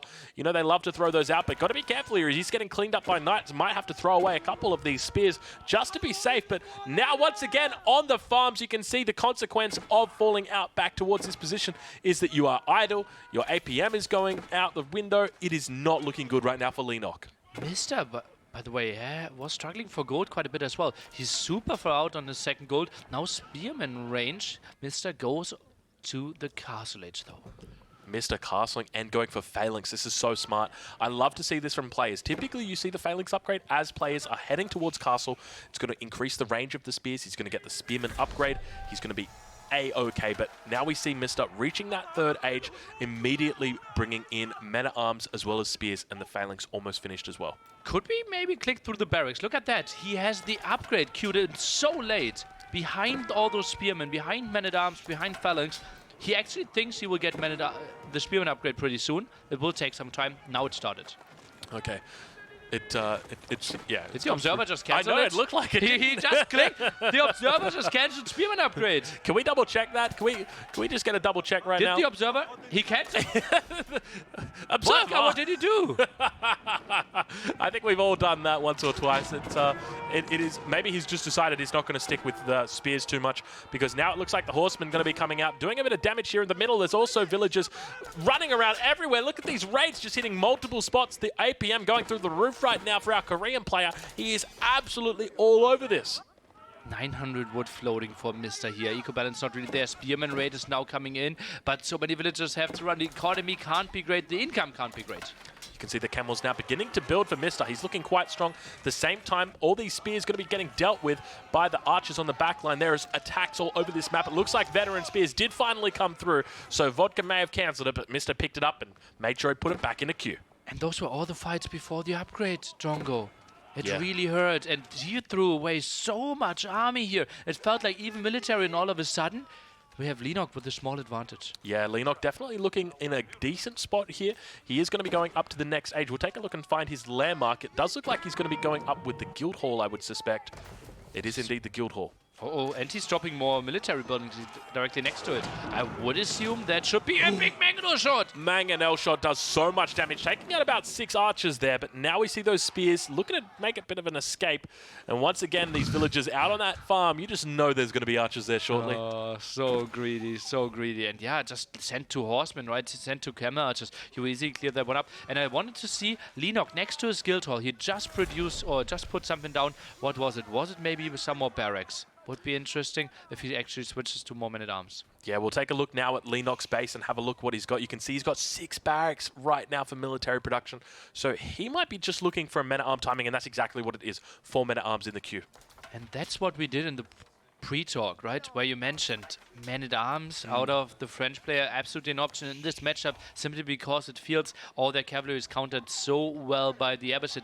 But are you really happy to go men-at-arms here if you're French? You don't have any other choice. It's just men-at-arms, arbalètrier, typically your best composition, maybe even a few springalds, but other than that, it's very hard playing cavalry into Abbasid, especially someone as competent as the Mista. He's going to be able to anticipate all of your raids, intercept them, spot them out. He's just so methodical with this stuff. One thing though, since we get into this weird scenario that the Abbasid player is playing one town center only, actually, the French player got quite a solid eco advantage, 60 villagers to 48. So yeah, we feel Mista's army is getting pretty good, but we're in the same spot again. If Leenock holds, he is actually winning. Yeah, that's a really good point. We see the knights picking up the camel archers, trying their best just there, not having a lot of luck. Unfortunately, those villagers going to get chased away. Once again, we see the spears coming in this time. I think initially it was horsemen, then it was archers. Now it's a couple spears getting up there, chasing away those villagers for the 14th time this game. I don't understand how you can be so stubborn. Like, honestly, just build the farms next to a town center. Or maybe after you get spotted once, don't send your villagers back. At least wall them in. Try, something. But speaking of farms, it looks like these farms probably going to go down. You can see a lot of damage going to be unfolded there. Those villagers going to be dying as well if they're not careful. But Mangonel's got to fall back here. A lot of military now coming out for Leenock. You can see that men-at-arms trying to make their way through. No villagers here to heal up these Mangonels. They try and fire down on the front lines, but at the same time, they're having to fall back from the men-at-arms rather. And And Spearman Camel Archer, surprisingly good against man-at-arms. You wouldn't really think about it, but numbers are simply there. Damage output from Camel Archer is still really good. And Leenock felt like he had a good counter, but Yeah, that's exactly it. Men-at-Arms completely getting overrun right now. So many spears. Look at this. The failing spears really demonstrating why they're so strong. A good game gets called. Mr. Victorious in the third game and goes up to 2-1 against Leenock. Ooh, look at that sigh of relief. And yeah, really, really happy with that one. Leenock obviously felt, okay, French against Abbasid, a tricky matchup for him. And probably tries to find more revenge in a more fortunate matchup for him. Yeah, I think that's a pretty decent result for Mr. He's going to be very happy with that. You'd hopefully win with Abbasid going into the French. So, you know, another close game, though. Interesting strategy from him. 1 TC. 1 TC is something we don't see too often, right? And it's so special because villagers half the cost of when we do fresh food stuff. So it pays off so well to go for that second town center. But he simply with all the aggression through the center and the indecisiveness by Leenock. Late feudal age, I think cost him the game. 100%. He could have gone castle very easily. He could have gone very safely as well. All he needed to do was move his military back to his town center, chill out for a bit, go castle. Maybe in a defensive tower, his gold could have helped him out. A defensive tower into that stealth forest to really know what the opponent is going for. Or just continue playing a longer feudal age, right? You know, if it's 1 TC versus 1 TC, you have the better economy. Yeah. Especially because he had all the upgrades. Exactly. He had every single... I remember talking about it. We saw horticulture, lumber preservation, wheelbarrow. So all of the upgrades that were relevant. I think that's the first time I've ever seen Abbasid win a game with one town center. Okay. Other than, like, disconnections. Okay. Yeah. I'm going to put that out there. So in my 2022 bingo list, I did not have, you know, Abbasid 1 TC victory condition. Okay. Crazy. There you go. We'll be heading shortly into game number 4. The map is going to be King of the Hill. Ooh. Players yet to pick up their civilizations just yet. But we're going to be finding out exactly how that goes. That was the last match by the look of it. I got excited for a second. I thought, oh, what? Abbasid against French? Yeah, Drongo. That was game number 3. Now, this is interesting because Mr. has saved King of the Hill to after the French has been... Or, sorry, Leenock has actually gone for King of the Hill despite using the French in the last game. Now, Mr. doesn't have that available to him, but he does have the Mongols, which are typically quite strong on this map just because your wood lines aren't the best, so it's very easy to exploit the enemy's poor wood lines. How does Leenock go here? Does he go for an Abbasid play potentially? Let's think about it. I think in the opening match, wasn't that the win for Leenock as well against HRE? I think we had HRE by Mr. on this map, and after that, a lot of discussion about the map, and they actually loaded up into the wrong map sheet, and we will pick on that. HRE against English. HRE against English in the first series between these two guys, and So that was an option again. A Leenock victory there. So he could look to play English here again. But yeah, it's interesting. It could go either way here. You'd expect Mr. to go Mongols here, which would make me think that Leenock would very clearly or very easily pick Abbasid. But then by the same token, Mr. would know that Abbasid is available, and it's very obvious that he would pick Mongols here. So maybe he goes for HRE or English himself. Does Mr. want to play in English Mirror? We know that he is crazy with mind games, right? In the qualifier tournament, he played a crazy strategy, opened double stable in an English Mirror. Thing is, though, on King of the Hill, that's easier punished, right? Because you always have those small woodlines, so if the opponent's just going the clear cutthroat longbowman with some spearmen, longbowman, horsemen, you might struggle a bit before that. Yeah, I think in those English mirrors, it definitely makes a lot of sense, but it can be quite cutthroat. At the end of the day, if your enemy does some sort of push with outposts together with just mass longbows, it gets to a point where there's nothing you can really do. We saw Viper losing in his first series against DeMusliM to something very similar. So who knows what we will see, but it looks like players now are going to be heading into the draft. Obviously, only a few civilizations left at this point in time. So players have now assembled. They are ready. We're about to spot those 2 civilizations for you guys. I'm curious to know what you guys think. So leave it in the chat. Let us know what you think. Personally, I'm going for Mongols versus Abbasid. I don't think they're going to go any higher than sort of tier 1 brain. I think it's Mongols against English. All right, let's see what it will be. Mister's picked his civ. Leenock, on the other hand, the drum roll comes out. It's going to be He's still picking. Is he at his computer? He's at... Oh, the finger. Look at him. He's really thinking. He's like, okay, 99% he's picked the Mongols. Do I pick the Abbasid? He's locked it in. It's the English. Damn, I'm smart. You are so smart. How do you fit a brain that big inside a head that small? I'm surprised. Yeah, me too. That is impressive. You are so smart. English. Okay, so interesting. I would say this is a pretty decent matchup here for Leenock. He'll be happy with this. English against Mongols, yeah. You can't really tower rush, right, if that is an option for you as the Mongols. Also, there are only those 2 tiny wood lines, right? So normally you build your town center next to one of the bigger wood lines. Then that's something you have to move again if you're Mongols. And then you're super exposed. Not really what a Mongol player wants, but we still think Mongols one of the best civs. Yeah, definitely. Especially on a map like this.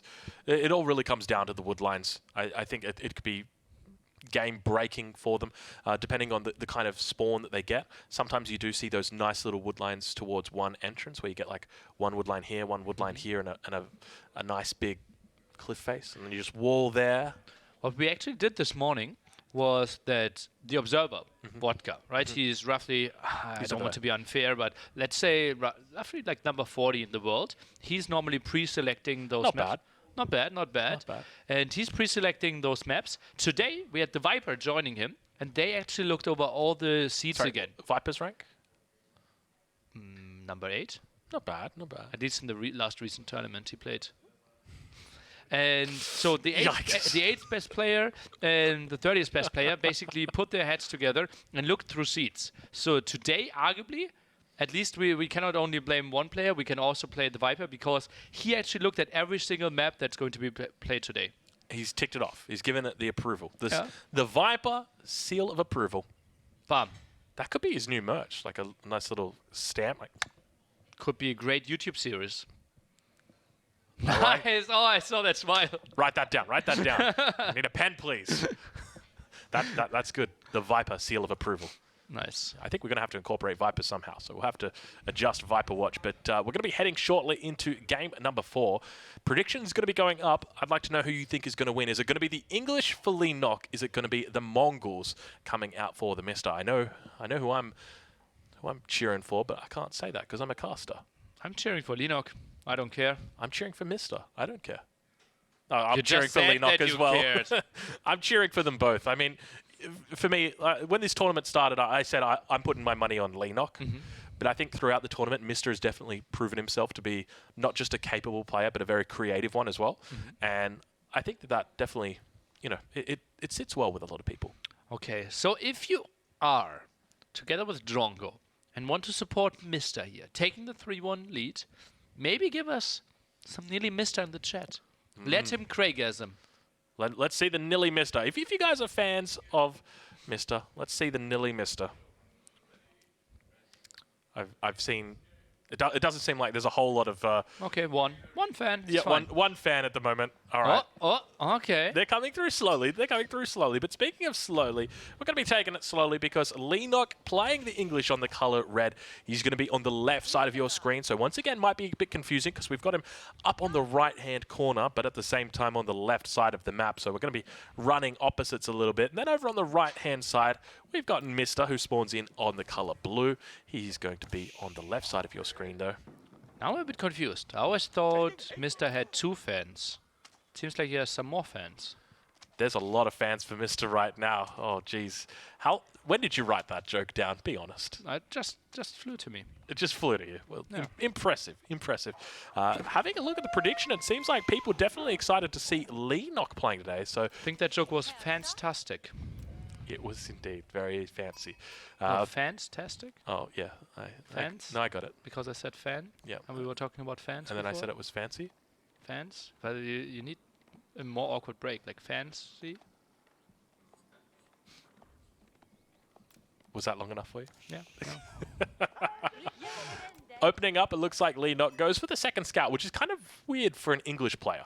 Typically, as an English player, you would avoid going for a second scout, but he's playing up against the Mongols, and I just want to point out, there was a game, Leenock versus Striker, game number 5, Leenock's up 3-1, Mongol Mirror. Oh God.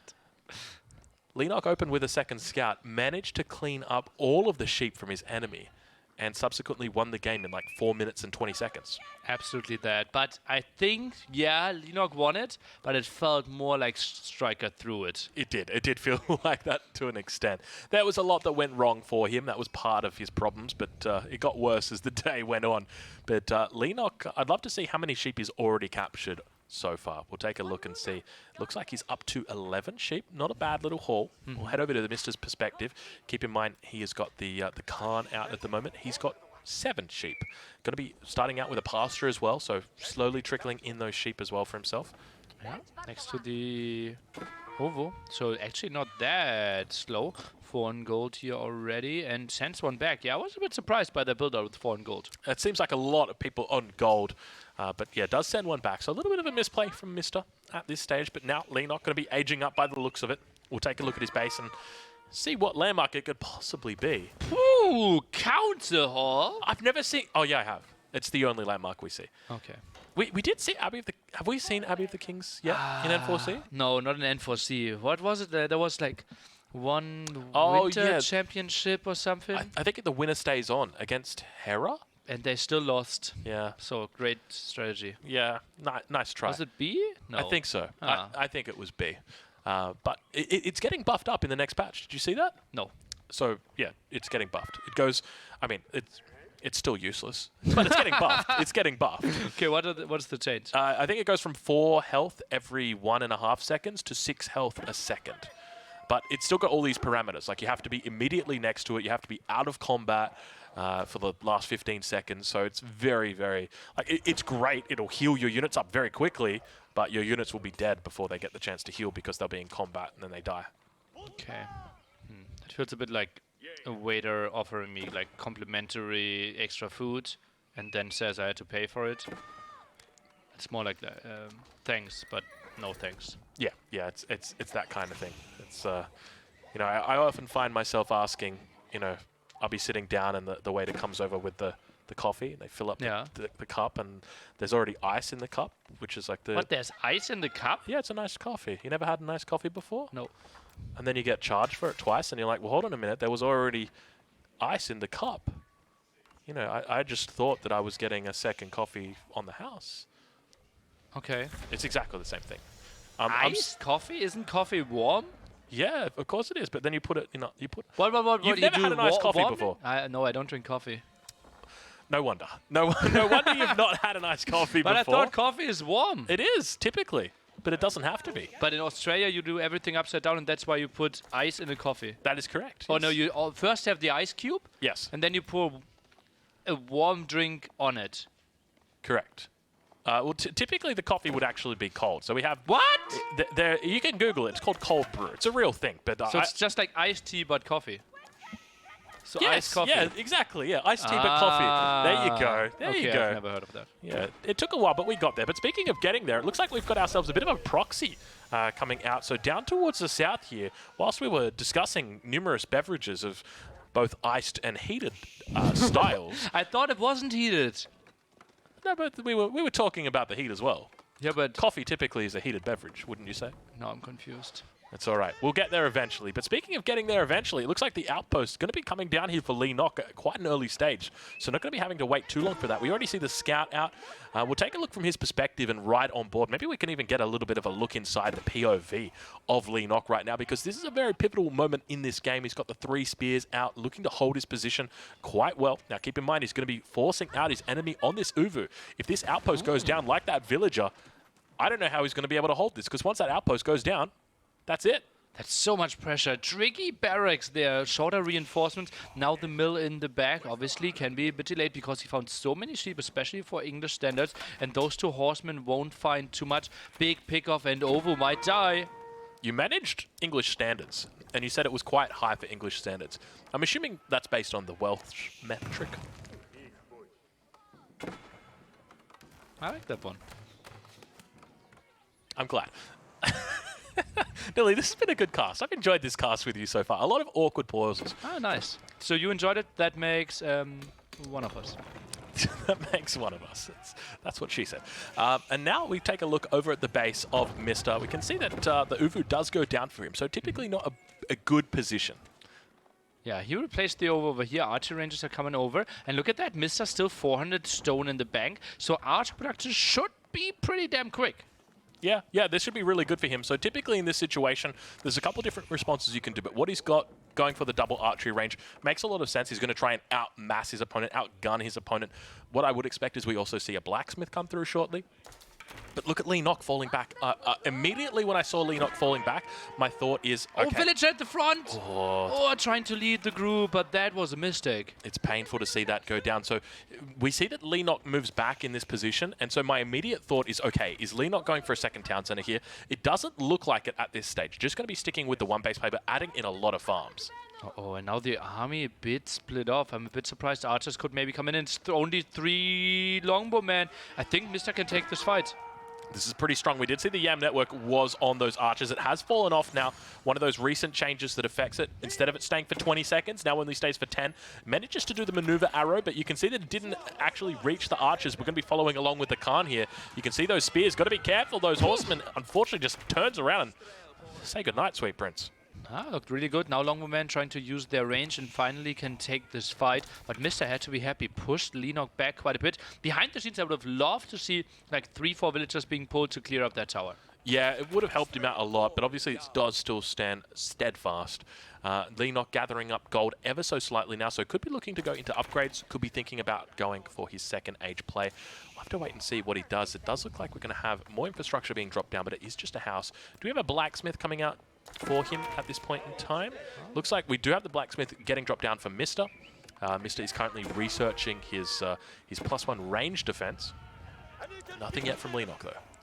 He's trying to muscle up some more army, tries to micro from distance, horseman count, not really high, only at 1. So it's basically only Archer against Longbowman, and he's outnumbering him quite nicely. 15 on the field versus 9. Yeah, this is a really good position here for Mista. He's going to be able to push in. I would expect that we would also see a siege engineering coming out very shortly from this. He's in a great position. He can actually just make full archers at this point, and he should be okay. It's very rare to see an English player make a switch into a stable. Obviously a possibility, but we do ride on board now with Leenock, and we see exactly what he's going on. Interestingly, Leenock doesn't have the clock up on his screen. He's got no idea what the game time is. Could be 3 minutes, could be 30 minutes. Really? Yeah, he's got no clue. Wow. Well, maybe because he's playing in a different time zone, clock won't really help you. I don't think that's how clocks work, Nilly. I'm pretty sure clocks have time zones. You know, even... I guess in this situation, the broken clock is right, even twice a day. But now looking at Mista's perspective, you can see he does have his clock on, despite being in a different time zone. But I guess each to their own, hey? 10 minutes into the game is at least the information that Mista is getting, and therefore he has the good idea what's up, and he's trying to maneuver around. Archer ball looks pretty solid, but won't really find much because Leenock obviously far away with his woodline. Yeah, you can see there was a sneaky little scout in between the line of sight of the woodline and the line of sight of the town center. Doesn't actually go, but now coming around and looking to punish. He's spotting out for the wood. He knows that the English player needs to be on wood somewhere, but we now see down towards the south here that he's walling up on the wrong side. Because take a look at this. Oh, I think he's fine. I think he's fine as well. Archers won't get in there. Army should be able to defend. My fear was that those archers from the top were coming around, Dilly. Okay, I can see that. Villagers now moving over to the berries. And Leenock looks like he gets a tight base. Maybe some more villagers on gold and could think about castling this. Yeah, I think this was actually a really good play from Mista to just give up on that Uvu position, move it up to that newer spot with the archery rangers. It enabled him to just get ahead with regard to his military. Now bringing the deer stones forward, he could be coming for the kill here. Are we able to check quickly on Mista's engineering bay, his blacksmith? It should just be back towards base, and no siege engineering just yet. He does have the resources for it, but yet to commit to it. And now we can see the archer mass not really that big at this point in time, so maybe not thinking about doing too much damage at this stage. 21 moves in, some more longbowmen dying. Rally point a bit out of position, now has doubled the numbers here when it comes to range unit, but as we know, more range on those longbowmen, but pushed away from gold. That means no chance here for Leenock to get Castle Age. You can see the YAM network is affecting these units. So in the event he overextends, you can see the villagers actually teeing off towards those archers. Got to be careful not to lose them, but with that Yam network assisting, he's easily able to run away. I'd love to see some more towers just in the center to reinforce a bit more, but actually everything pretty close. So yeah, Yam network there with the deer stones is fine enough. Oh, it tries to wall off here, Leenock. That's something Mr. should not be allowing. Yeah, if he gets this if he gets this wall up, he's going to be in a good spot. It's going to buy him a lot of time. In the event a ram does come out, he should be okay. But now, speaking of decent spots, it looks like these horsemen are going to be looping around the top. There's no spears left at this stage either. If they come down to the town center, he'll be absolutely fine. But keep in mind, this is the English is playing against. Now, looking down towards this position, villagers under attack. Mr. looking like he's in an incredible position. You can see the villager count begins to dwindle. 4 villagers down now for Leenock.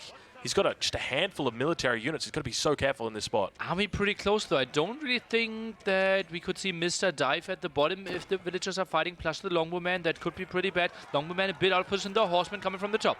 Horseman now looking to loop up. No palings coming out from Leenock. Maybe a little bit of a mistake. Maybe a smart move. Falling back towards that town center. We can hear Mr. going to be able to click up right now as well.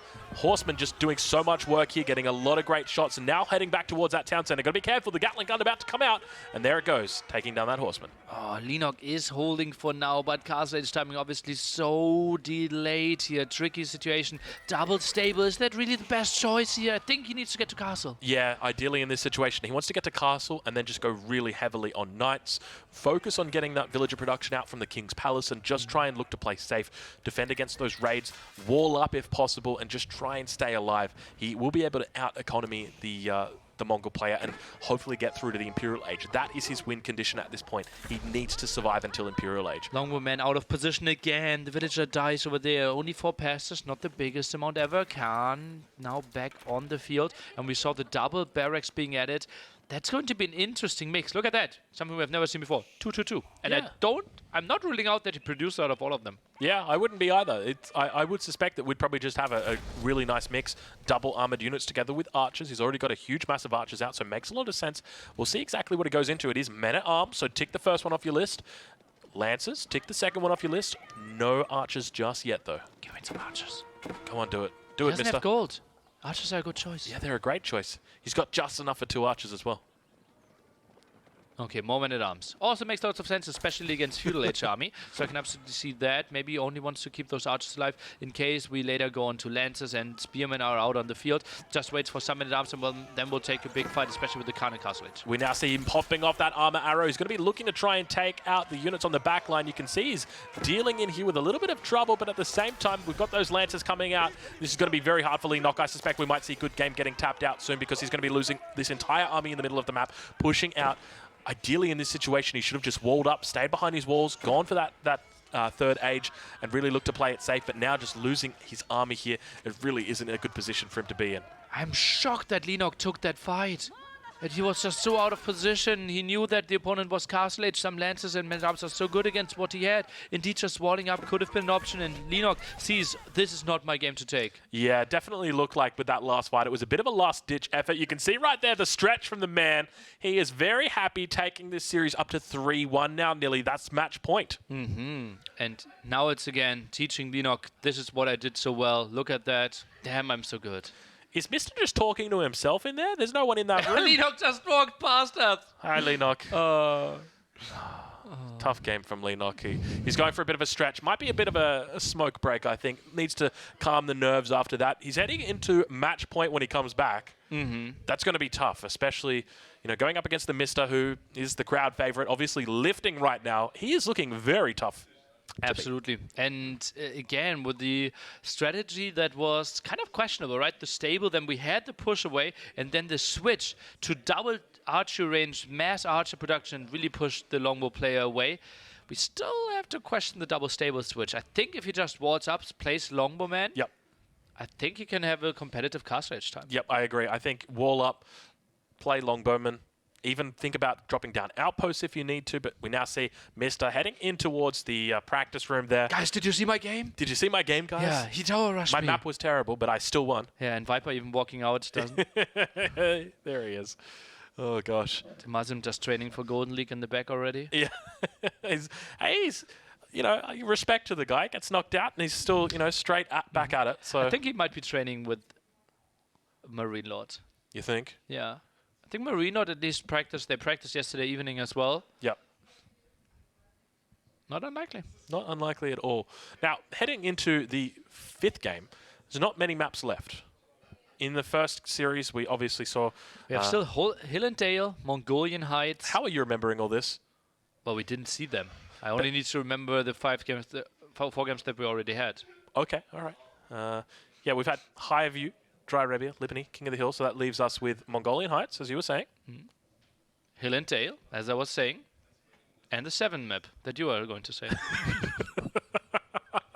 I'm going to go with... Altai. Boom. Altai. How can we forget Altai? You know, the one... That's probably going to be this map here. No, he can't go... actually... China. China Yep. number 1. China. Altai, China number 1. China number 1. What does Mr. respond to that? He can't go Mongols. He can go his own English. No, but then that's good. That's good for Leenock. So he goes for China himself. Oh, HRE, of course. Holy Roman Empire. Against China? Yep. Yeah, I can Yep. see that. I can That's see fine. that. Yeah. Okay, so he can't do that because HRE is still in the pool. So King of the Hill was just played. Highview. Hill and Dale. Hill and Dale. What can we play on Hill and Dale? He's going to try... So, Abbasid. yeah, he'll go Abbasid because... But I think he rather goes Abbasid at Altai. Especially how successful it was. Didn't he play against DeMusliM? And it worked? This is like next level kind of... Yeah, here we go. Thank you very much, Overlay guys, sorting us out right there. So I reckon game number 5, you have to go Hill and Dale because you have to force the Holy Roman Empire out from your enemy because you want to get your Chinese out, right? Like a Chinese game is a victory. And, you know, it's not going to be working otherwise. Shouldn't you just...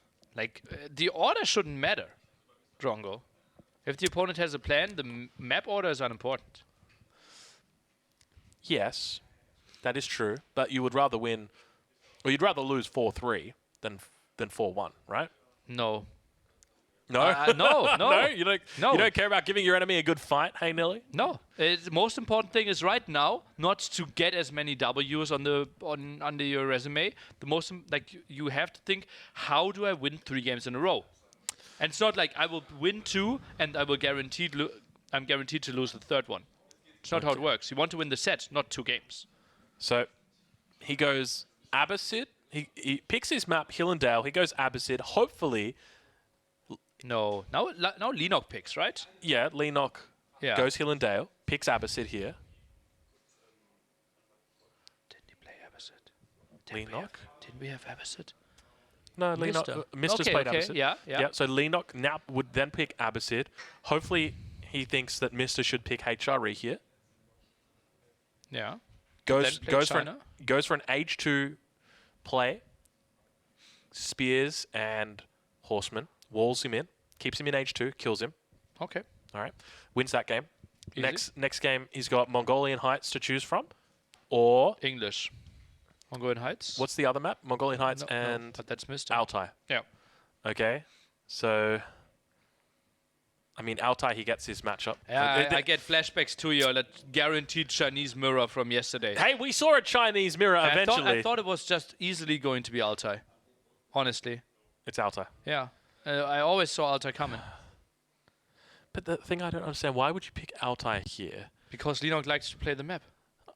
But he's going to pick Chinese. Why does he have to pick Chinese? Well, Leenock always picks Chinese on Altai. Okay. Well, then what's And then the problem? Well, Mister's going to pick HRE. Yeah. And? Then you still get an advantage on Hill and Dale. No, but Mister's going to beat him here if that's the case. Yeah, but if he doesn't, then you have 2 Civ advantages. Yeah, okay, all right, I like it. Yeah, obviously a lot of Here I am thinking about the French fries, and you're out there thinking about the whole meal. sweet French fries. Sponsored by Ankerkraut. Seasoned with only the best chili flocking. So what I think, either it's 4-1 Mister or it's 4-3 Leenock. Okay, all right, I like it. We'll see how it goes. Players now both returning to their seats. You can see Leenock has come in with a more serious tone. He knows that it's business time. Yeah. Yeah, because I did see earlier he had his business socks on. His business socks. What are business socks? The socks that you wear for business. Ah, okay. I never do business. Yeah, well, Every time I do business, socks come off. socks are off. That's why they're called business socks. Okay. We now see players looking to get that draft going. What's it going to be? Altai, I didn't expect that. What's the Civ matchup? Could it possibly be English Abbasid Abbasid. versus- As I said. Mister with big brain thinking, though? Why? English on Abbasid is the easiest thing. No. Why? Okay, Leenock wants to play... And then HRE as a counter. Exactly. But it was obvious that he played Abbasid, so it was obvious that it's English. Exactly. And it's going to be Chinese Mirror on Hill and Dale, right? And then we have Mongolian Heights. Why would it be a with Chinese mirror? English. Why wouldn't you just pick HRE on that map? It's a Civ win. Ah, HRE. Okay, so it's HRE. But then we have to play China on Mongolian Heights. Which is fine. Okay. Even up against HRE, it's okay, because you wall off the crossings. And we have, what's Leenock's other Civ? China? And HRE. Both players have China and HRE left. Oh, Yeah. that's boring. No, that's exciting. But that's actually We actually saw that's that come something out. that I can compute in my head. In the first series, we saw China HRE on the first game, and then they flipped it. Yeah. China HRE. So Better player one apparently. this is such a level... For anybody wondering what's going on here, Leenock wanted to pick China on this map, but he knew that Mr. could very easily pick the Holy Roman Empire, so he had to pick the Abbasid to be safe. But didn't we have Hill and Dale where you said that he should pick HRE? No, but he should always pick HRE against China. Okay. So if you know your enemy is going China, then you just pick HRE. But he didn't know that he was going China. No, but he knew that he wouldn't go China because he had HRE still. So his enemy can't pick China until the HRE is gone. It's all in the mind games. And Mr. just comes out, he's like, I know you're not going to pick China here because I've got the Holy Roman Empire, so that means you're going to pick Abbasid. So it means I can easily pick English. I guarantee you, we're going to sit Mr. on that couch if he wins this game. I'm going to ask him that question. He's going to say, yep, Drongo, you're 100% right and you're good looking. And he's going to say to you, Nilly, that not only are you wrong, but you're also good looking as well. Fair enough. I think I will take it. I will take like one insult and one compliment in that ratio. It's better than I normally get from Twitch chat. Speaking of Twitch chat, I mean, they're giving us some love right now. You. Yeah. Oh, they're always Okay, giving me it's love. only like nearly things coming in there. Yep, yep. Nearly think. I mean, it's a common theme, I suspect, No, I really think. as evidenced by your poker history. Yeah, just all in and see what happens. Just see what happens. Yeah. Pocket Kings, who would have thought it? But Pocket Kings. we'll be heading into the fifth game of this evening, or rather the fifth game of the set. Chinese Mirror. Not going to happen. Not today. It's Why not today? I thought the next game is Chinese Mirror. no, because If Leenock wins Mr. this wins one- this. He's got the great matchup here. Okay, I mean, what do you think about my prediction that it's either 4-1 or 3-4? yeah, I like it. I think it's good. Okay. Yeah, very safe. I don't anymore. I'll take it then. We will permit it. I think Leenock is actually not that good in HRE Mirror. That's why I actually think Mr. has a really good chance, even if he loses that one. And then we go in HRE Mirror on Hill and Dale, most likely, right? Chinese Mirror on Mongolian Heights. But I think Mr. can easily take Hill and Dale. I think he might even be like 55-60%. Leenock, in all circumstances, wants to avoid a mirror, I think. Because, as you mentioned, it's the HRE mirror that will kill him. Okay, but do you want to play China against HRE on Hill and Dale? Me no like you. Yeah. I mean, if you've got to play it as well as VortiX played it up against DeMusliM, me no like you as well. Because Okay. that you are going to be very... It's so hard to repeat that. Like, VortiX absolutely played that perfectly. At every single point, he made no mistakes.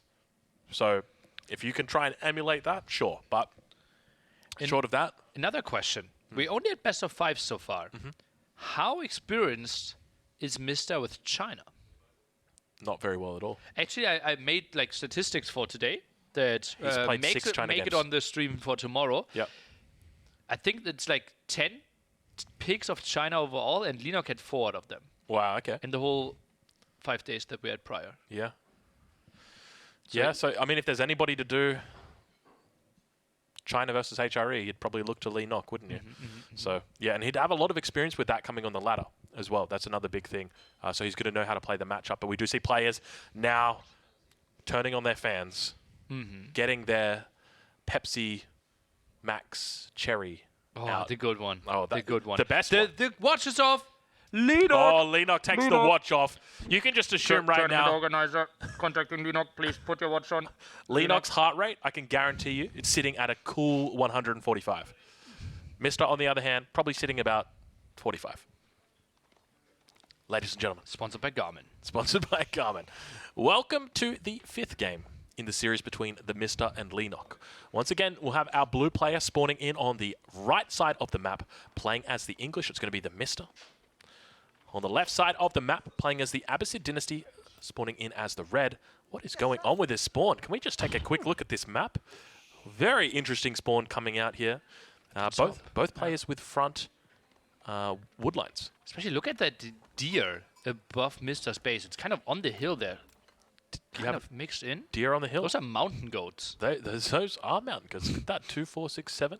Other deer spawns. Yeah, I mean, everything else looking pretty fancy, pretty good. How are relics looking? You know what? Don't even bother about relics. The matchup. Everyone checked it. I got confused. Yeah, you're right. Everybody checked it. Relics do look very good, though. You'd be very happy if you got the red. I mean, even the blue spawn's pretty decent. But speaking of decent, take a look at the sheep that are coming around here. Both players with just one scout at this point in time. Bit surprised. But yeah, as you all know, especially Abbasid, don't need the sheep early on. So he saw 3 under the town center. And then he can go pretty greedy, going for the berries early on. Yeah. I'm curious to see how Mister's going to be playing this. There's a couple of different options I think you'll have. But the main or the dominant option that we really see coming out for the English in this scenario is that tower push. It's very simple to do. You just go straight down the middle, you drop those outposts, and you get the upgrade, the arrow slits upgrade. You're just pushed with heaps and heaps of longbows, and you can already tell by his positioning there on the council hall. Looking to play a bit aggressive this game. Ooh, and really? Because he keeps 3 villagers on gold. That's a very aggressive opening, I can tell you. He was thinking about keeping it up a little bit towards that town center, and he was like, I'm going to kill him in feudal at 11 minutes. All right, I'll move it forward 2 tiles. But he still has 3 villagers on gold. Yeah, you wait and you watch what he does with that. He still has 1 villager on gold. Yeah, that's the trick. That's how he gets you. So Leenock's going to scout the villager on gold, think that he's not aggressive, and he's No, I've got no idea what I'm saying. I'm throwing spaghetti at the wall, but Leenock actually playing right now with tooltips on. Look at that. He's getting a little bit of help from the AI. So the AI is telling him, hey, you can age up with this landmark. How is Leenock still playing with dynamic training turned on? This guy's like rank 6 in the world. The player with 9th most games in the world. Could you imagine if he's played 2,000 games with the dynamic training on? Obviously he did. And just like to remember, if I kill landmarks, I actually win the game. Okay. Oh, gosh, Leenock, how do you do this to us? But speaking of Leenock, he's aging up, so got to be a standard economic opening for him, economic wing coming up. Looks to be now connecting up that network of... Going for network of gold? What's it Something called? like that. Yeah, the golden network. What's it called? You know what it's called? The golden Age? Golden Age. There we go. Golden Age. Thank you, Vodka. For misremembering stuff. Yes. And thank you, Vodka, the Observer, for showing us. Correct. Yes. Big shout out to all the Ukrainian vodka. But now Mister going to be doing his best. He reaches that feudal age. I'd be curious to see where he goes from here. Actually, that was Leenock reaching the feudal age. Mister, on the other hand, now coming up and dropping down a stable. Okay, resource absolutely at the limit there for Mr. except some floating gold. Longbowman now being produced, and obviously the early horseman will easily deal with those 2 villagers. Those 2 longbowmen. No villager moving forward and no barracks. Yeah, interesting opening so far. The fact that he's got the single stable. Now, keep in mind, he can be kept very safe just with an outpost because he can always jump inside that outpost as well. So I'd expect that we see Mr. look to bring out a villager relatively shortly. I'd love to take a look from his line of sight and see whether he's spotted this out yet. So having a look now at Leenock, you can see he's dropping down that archery range. But on the other side of the map, we do see the scout is spotting out the scout from Mr. Yeah, and now should find the 6 longbowmen that are pretty defensive, though. And look at that. Mr. didn't properly scout the map of his opponent. I don't think he saw the stable. Yeah, this is a little bit concerning right here. Now, he should know that this is coming. Playing into the Abbasid dynasty, it's something that you would expect that they are going to be throwing at you. We can see that Leenock is now starting to gather up stone as well, so is thinking about getting that second town center. So a bit of a window here for the Mr. opening. Okay, will be interesting. And Mr. now has enough gold to potentially go for wheelbarrow. Still, I believe, doesn't have a mill, though, so that's something that we will have to delay a bit. Food and wood income looks pretty solid. I think if we can fight right now, it looks pretty good for Mr., but obviously, he doesn't really know the horseman count. Yeah, we can see there that he's got a pretty good idea of the layout of his enemy's base. When it comes to the second TC, I'm curious as to where it's going to be going down. I suspect it'd probably be on that second wood line, but you can see might be a bit of trouble here once these outposts eventually start coming in. That's obviously on the condition that that's how Mr. plays, but look at this, Mr. still gathering gold behind this. That's, well, I'm a bit surprised. Maybe he just wants to keep one. Normally, he's the guy who is like so precise that he exactly puts at 150, still keeps one villager there. Now my question to you, where would you like to see the extra town center for Leenock? Yeah, we'll take a look at Leenock's base and get a bit of an idea. I'd love to see a wall down on this flank, probably a wall across that center. It's going to be hard for him to do it, but there's no real good spot, is there? I mean, yeah, probably just right next to his main town center on that wood line. That's going to be the best spot right there. That's probably the best you could do it. Maybe some in the back goals, not going to be too easy. Now the tower, and Mr. still without any spearmen. Quite interesting, right? So spread, but Leenock plays it so defensively. If he was out with the 5 horsemen, he could kill so much. Yeah, you think that, but then you take a look at those palings. If you got to be so careful with those palings. These guys stun individual horsemen for up to 2 seconds and prevent them from doing any attacks. And now we do see that second town center. It looks like it's going to come down on the stone mine as well as on the wood line. So looking to be a little bit more aggressive. Now, keep in mind, Mister's the kind of guy, he's very happy to push an angle from over here. So if he spots that, don't be surprised if there's a battering ram in there before 11 minutes. But it takes so much time to actually get towers to the front, right? The first one feels so defensively. Horsemen are now coming in. Obviously, no upgrades from the blacksmith and no spearmen. This should be a good one for Leenock. Bit of a misplay right there from Mr. I'm not sure if you saw that, but he did a misclick. His archers moved forward. Outpost now comes out. He's going to be looking to try and keep these alive. Gets the scout onto the front line. Try and absorbs a bit of damage there. He's got to keep falling back towards his position. Get himself into that stealth forest. Really try and abuse it. You can see him falling back towards that outpost. He's getting absolutely shredded though, nearly. Where are the spearmen? This is pure longbow, man. This is so one-dimensional. This is so easy to counter. That's exactly what Leenock is doing. Yeah, this is a really, really tough spot here. And you've got to start wondering, did he overextend himself there? Mr. now, manages to keep a few of his units alive, and obviously those horsemen do go down, but at the same time, what a great trade there for Leenock. He's bought himself so much time with that. Now he has some archers. It's really important that he does not stop on that horseman production. Obviously, it will get more and more tricky. The more towers we will see, trickier also. If we see the attack upgrade, as we saw earlier, Mr. still kept that one villager on gold, so can easily afford some blacksmith upgrades. Yeah, that's a really smart move from him to do that. We've brought it up many times, but now we actually see that it's going to be able to really come to fruition.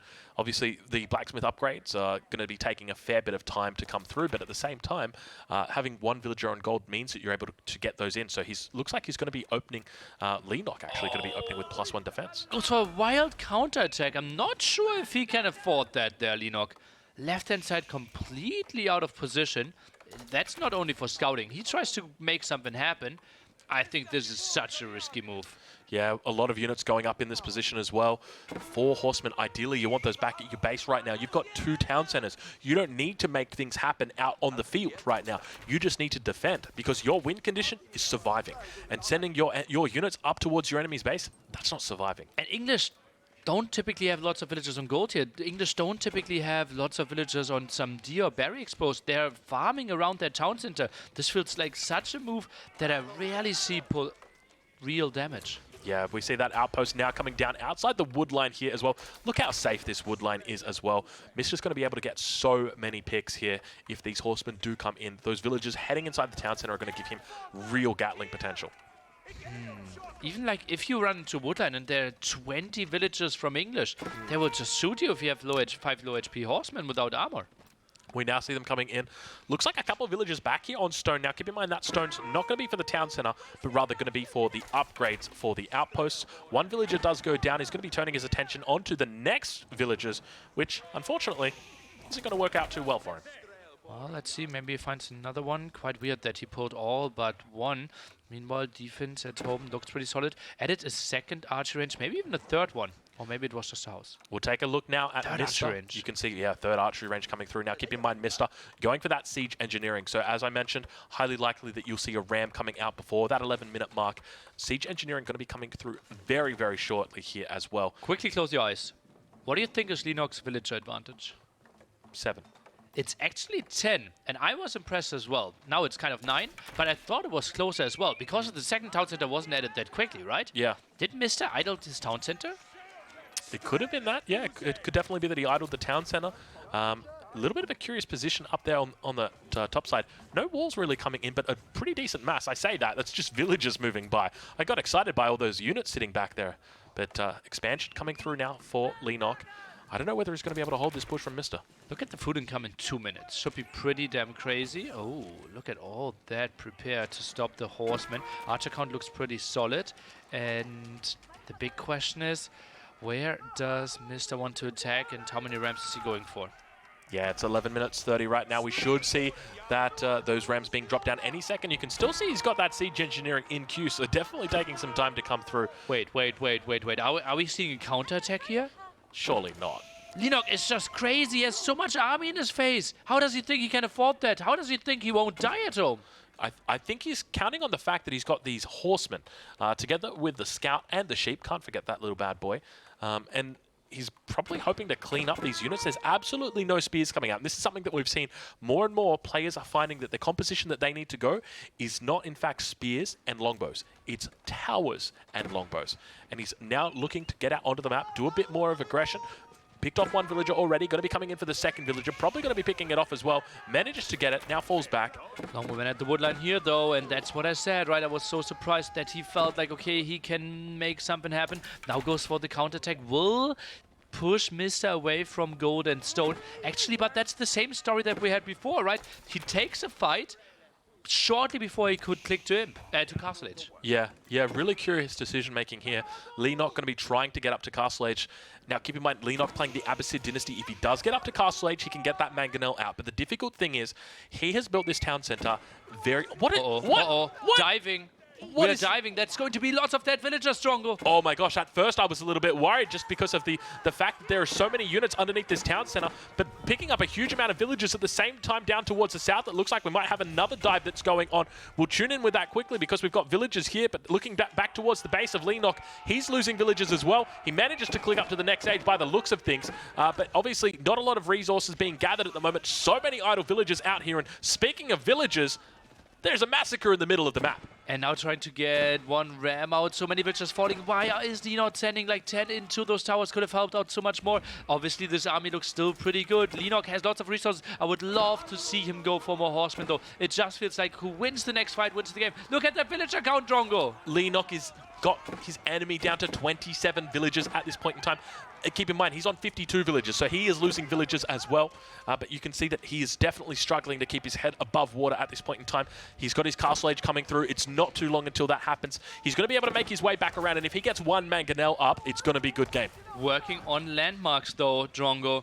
If that House of Wisdom falls, I don't think it will against one ram, though. Obviously, this would be extremely horrible for Leenock, would be stuck in feudal age for quite some time. Repair not really an option against all those longbow men.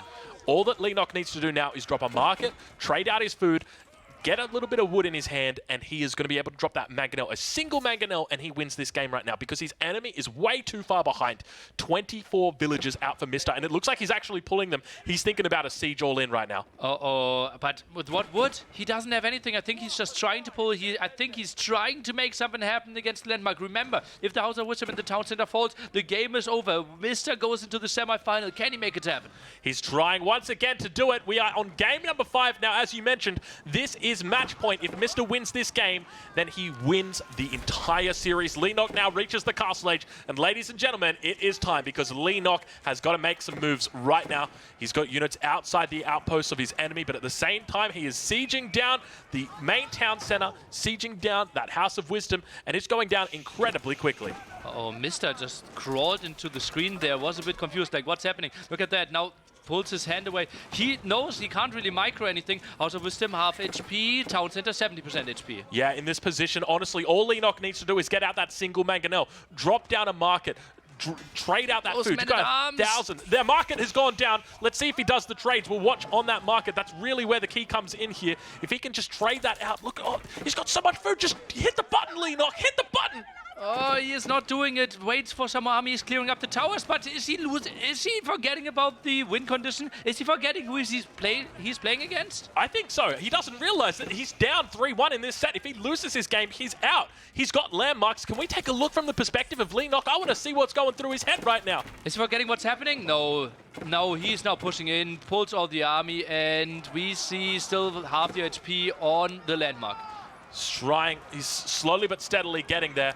Mister with a bit of a smirk on his face. I think he might realize that the jig might be up. Village is going to be coming down as well, looking to get in on the action. A little bit of the backstabberoo happening here, and Mister throwing away his army. At the same time, I suspect he knows that it is over, and good game gets called. Leenock manages to keep his head above water and goes through to the 6th game in the series. Holy moly, what a nice all-in there in the end, but Leenock simply had too much and has to be happy. Now has to take his headphones off because Mr. tells him what he could have done better. Oh, geez, Louise, that was tough. I was really scared for him. Honestly, if there'd been one more Ram, I think that might have been a good game. Oh, yeah. So really well played there. I think the scariest thing for me, like, there was a very clear way to deal with that. He could have so easily just a single mangonel, and that's all she wrote. He had absolutely no form of siege there to deal with a mangonel. So it would have been a very easy way, but at the same time, he did manage to clean it up, did manage to come out with a victory. Thing is, though, in those scenarios, you're super careful with your wood. Yeah. Because you want to have wood in the bank to repair your landmarks. Insufficient wood is one of the worst ways to go. That's what your girlfriend said. She still says it. But heading into game number 6, they're going to have 2 different maps as our options. Number 1, Mongolian Heights. Number 2, Hill and Dale. 2 maps that are considered quite defensive. So obviously China, very strong here. Holy Roman Empire, another strong civ here. It's really going to come down to the line. Now, you mentioned earlier that it is possible we could see a 4-1 to TheMista or a 4-3 to Leenock. Well, Hill and Dale, likely HRE mirror, and then Mongolian Heights, likely Chinese mirror. But how does Leenock like his chances as the Holy Roman Empire against Mister, who loves it? I can't help but feel Leenock goes for a China here. He's got to. But do you really want to play China? Like, what's your strategy? Is it a tower rush then? You just gotta dig deep. You gotta believe. You gotta have faith. Feudal age aggression? Prayer. I think that's realistically. Yeah, that's just for Facebook. I know. This is so much bigger than Facebook now. Twitch? Yeah, Twitch. Okay. All right, let's jump in and we'll check and see whether we've got ourselves some drafts. It doesn't look like just yet. These are the same drafts as before, so we're going to be sitting here patiently waiting. But I'm going to go with China for Leenock, Holy Roman Empire here for Mister. But obviously he knows how bad that matchup is. He knows he's going to need to pull a spanner out of the works. He'll be pretty much signing his death certificate if that is the case. But, I mean, it's almost like he's just been outdrafted at this point. He's just... Or maybe, like the ultimate boss move by Leenock is, he just picks China, wins Hill and Dale, picks HRE, wins Mongolian Heights, and said, you had a lot of fans, takes those 2 fans and says, your fans are now mine. I can't stand you, Dilly. I can't stand you. But I can stand the fact that we do have a draft now for our players. They are waiting to get ready. I see Leenock. Leenock, good luck. He's got it. He was like, yeah. Whenever I see Leenock, he always does this little thing to me, so I'm always giving it back to him. Okay. Yeah. It's. He also says like, good luck. Yeah. It's. I need a lot of luck. Try to survive a cast with Nilly. Yeah. Good luck. He went and picked up some Red Bull. I don't know about you, but I think that's a great idea. I'm sitting here with my Red Bull. If you guys are sitting at home, you got Red Bull in the fridge. Make sure that you pick up some, and make sure you pick up some Pepsi as well, because Nilly, you're a big fan of Pepsi, I hear. Pepsi makes cherry, like 1.5 liters per day. Not a lot of people are you serious? Telling me that 1.5 liters a day of Pepsi? Yeah. Okay, hold on. I got to Google this. What happens if Dude, we drink? have 3 chain smokers as players, and you're. Okay. I'm just worried enjoying about the a Pepsi. bit. Yeah, you're right. Yeah, you're right. The guy who drinks 2 liters of Red Bull a day is worried about the guy who drinks 1.5 liters of Pepsi Max with no Let's sugar. get excited over the draft, please. HI Mirror. There it is. Get excited. Get your pogs out. Get your nilly misters out. I'm getting my pogs out. Okay, this is really nice. Also lining up fully that Mongo and Heights will be game number 7. If Leenock wins this one, Chinese Mirror could be absolutely Craigasm. Holy Roman Empire, Hill and Dale. Now I want to see the best Hill and Dale map we have ever seen, checked by TheViper. Viper, this is your time to shine. Who would have thought in a $100,000 tournament, Viper's time to shine would have been That's one map select. Oh, that's like the worst down roll spiral, right? That's not where I am yet, right? We'll get you there eventually. My spiral was professional player. Then I went to professional caster. Now I'm professional tournament organizer. And the next step is like professional map selector. What's the next step, Nilly? Where do you go after that?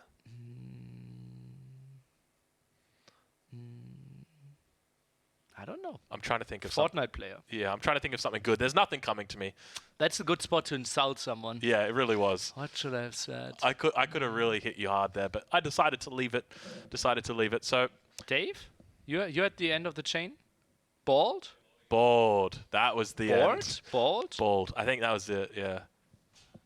Dave like comes over for the one time this entire cast, immediately gets insulted and just goes back. I don't know what did he want to say. Yeah. Poor Dave. I think he had a brownie as well. He looked quite happy with it until we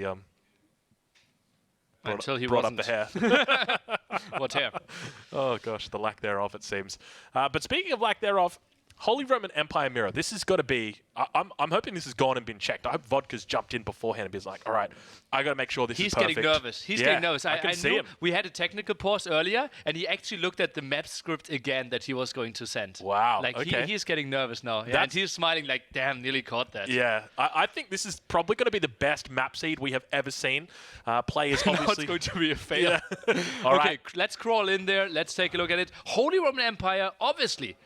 Regnet's Cathedral allowing you to have 3 times the golden come with relics, and that's why relic fight is so important. I see Aussie Drongo scratching his head. Where do you see the relics? They look absolutely perfect at this point. We are going to jump in with Mr. right now. Just get a bit of an idea as to what he sees.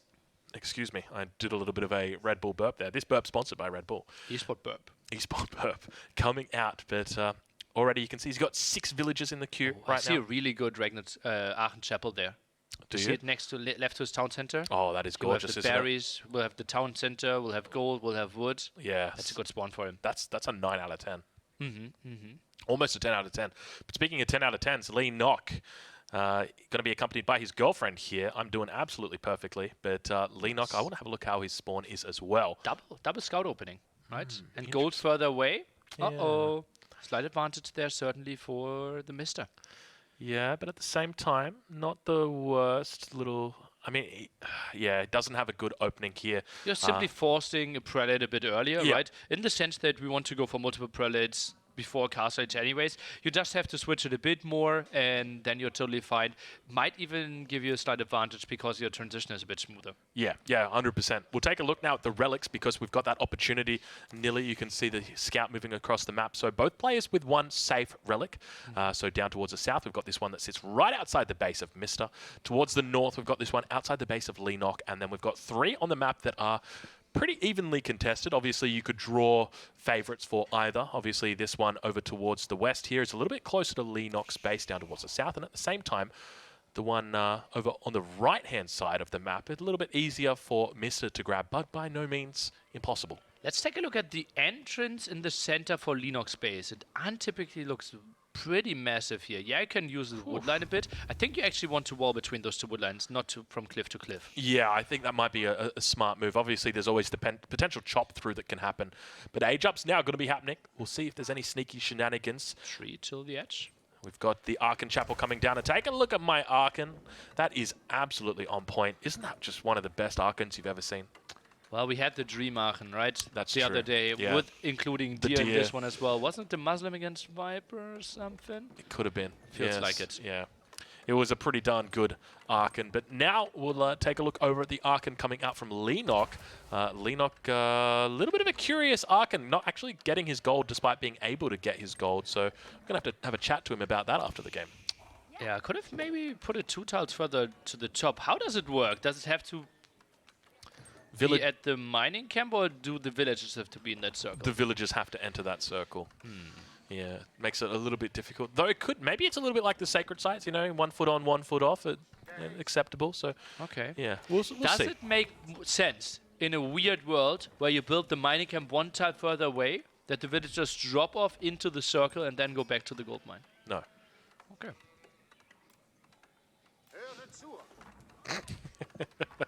Archon Chapel almost finished now for Mr. Who, by the way, spawns on the south side of the map. We're playing left to right, right to left, switching it around a bit. Not the typical way that it plays out, but Leenock, by the way, double prelate, double scout. interesting. That is interesting. So he's gone for that second. See, my thinking is he probably could have gone for a an Archon on the south side of his town center, because he avoided that. He avoided going for the gold mine. If we remove the fog of war, you'll see that he's also got deer. Oh god, that's so, yeah, never mind. Drongo just imagining things. Further to the left-hand side. And as I said, right, double prelate is not that bad. It is tricky to do damage super early on. Yep. Your economy will be smooth. And now being forced into berries. Also, even under the influence of Aachen Chapel, berries, not super crazy. Not super crazy, yeah.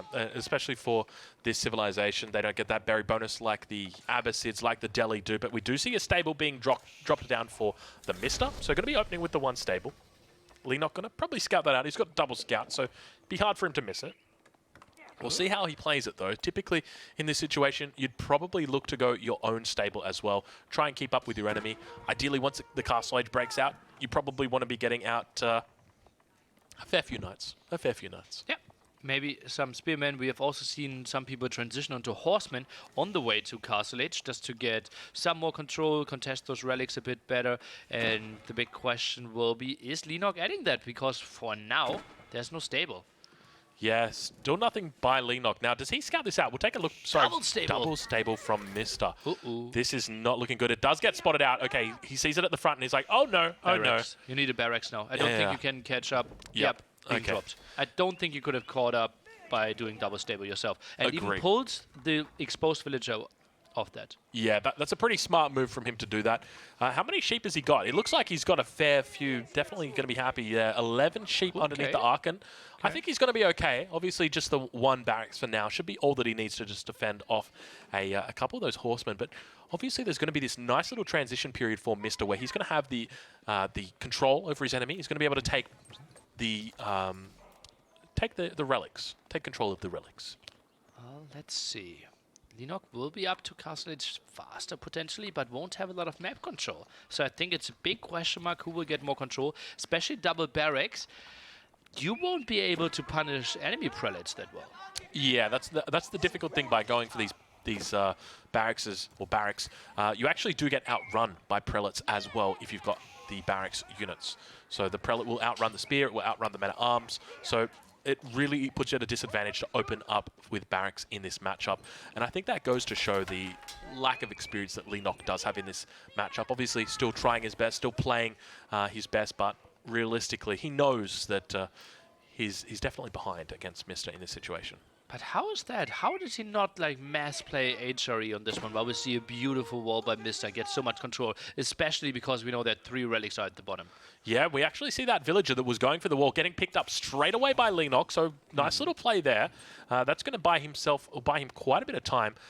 Nice attempt, I'll be honest. But yeah, at this point in time, I think Leenock's got a very clear route to relics, and that wall in particular is very impactful. So he manages to avoid that wall going up.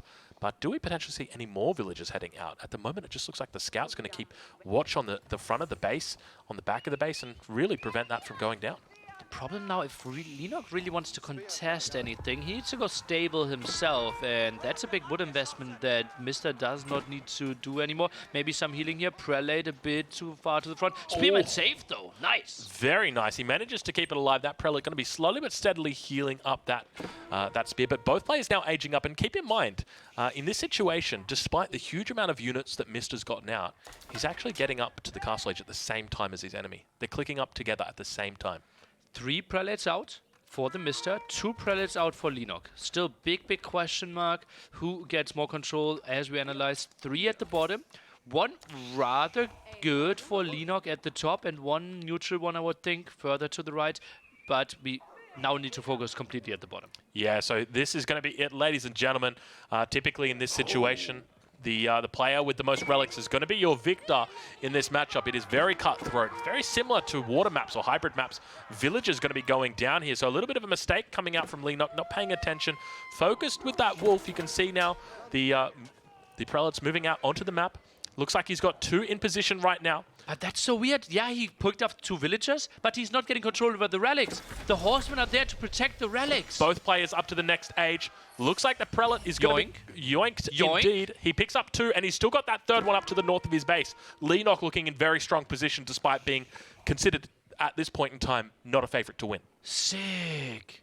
And that's 2-1. There's still 2 neutral ones. Spearman can obviously go over there. Scout will see that, but that's totally fine. Now we see Mr. actually picking off at the one at the top, or where is he? No, he picked the one at the bottom. Yeah, so both players now sitting with 2 relics each, going to be going into their Regnant's Cathedral. The one that remains is this one towards the north. So a little bit of a smart move by Leenock there to go for that very central relic. Yeah, absolutely love that. And Leenock has to be happy with that. Villager advantage at 3, but you easily trade 3 villagers for an extra relic in this matchup. Definitely, because it denies it out from your enemy as well. So it's a swing. It's that classic swing that we're talking about. Walls coming in at the front now. Very nice for Leenock.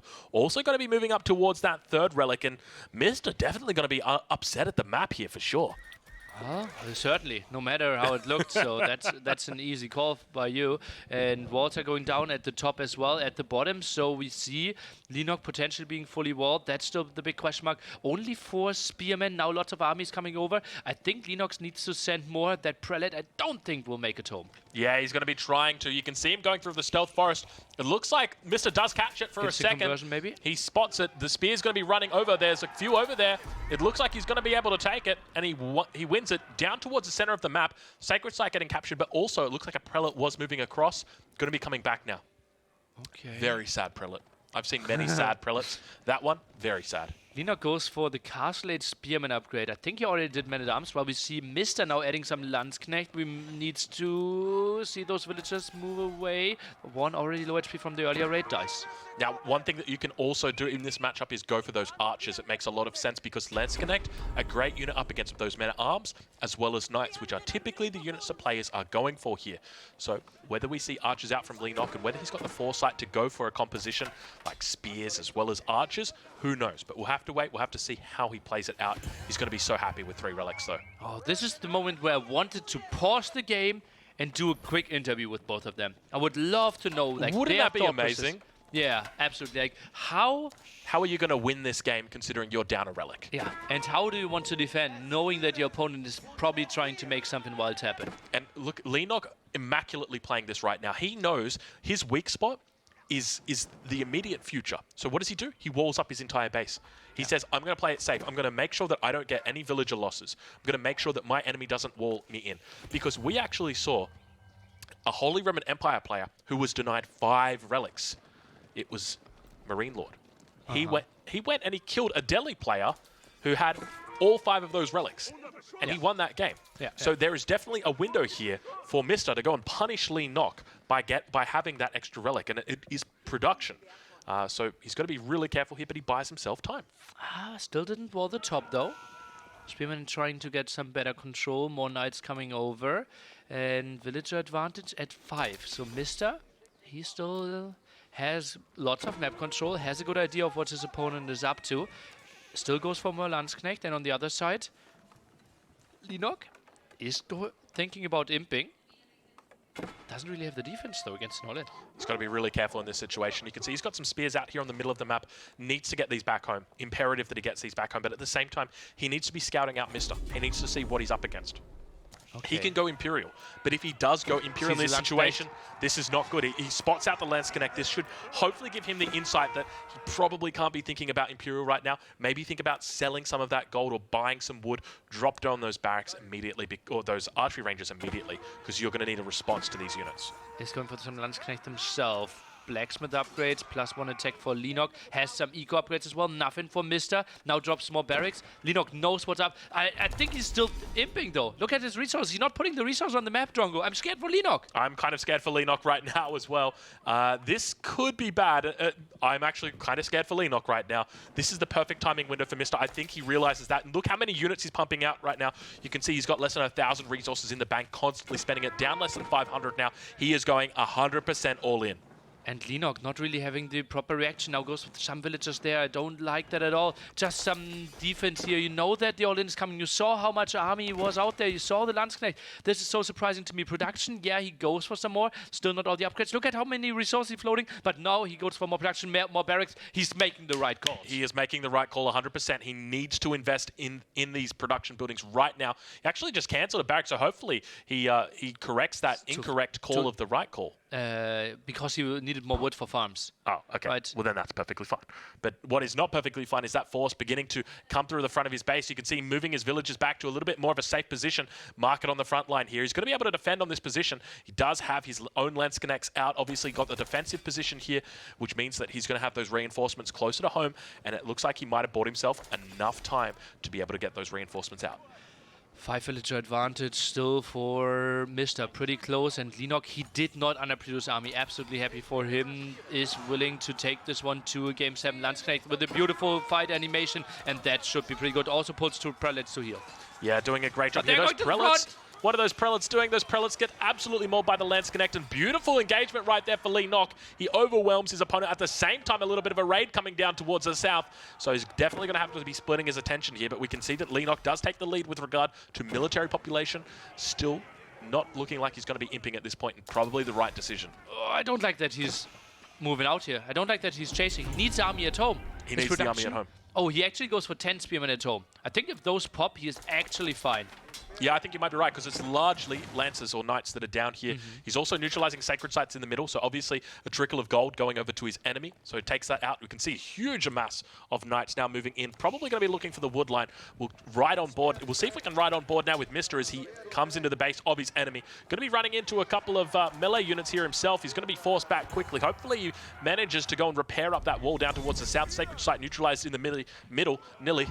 It's looking very, very hot for Leenock right now. Crazy macro by Leenock, and Mr. is fighting for basically avoiding a Chinese mirror in Game 7, where everyone feels Leenock should have the massive advantage.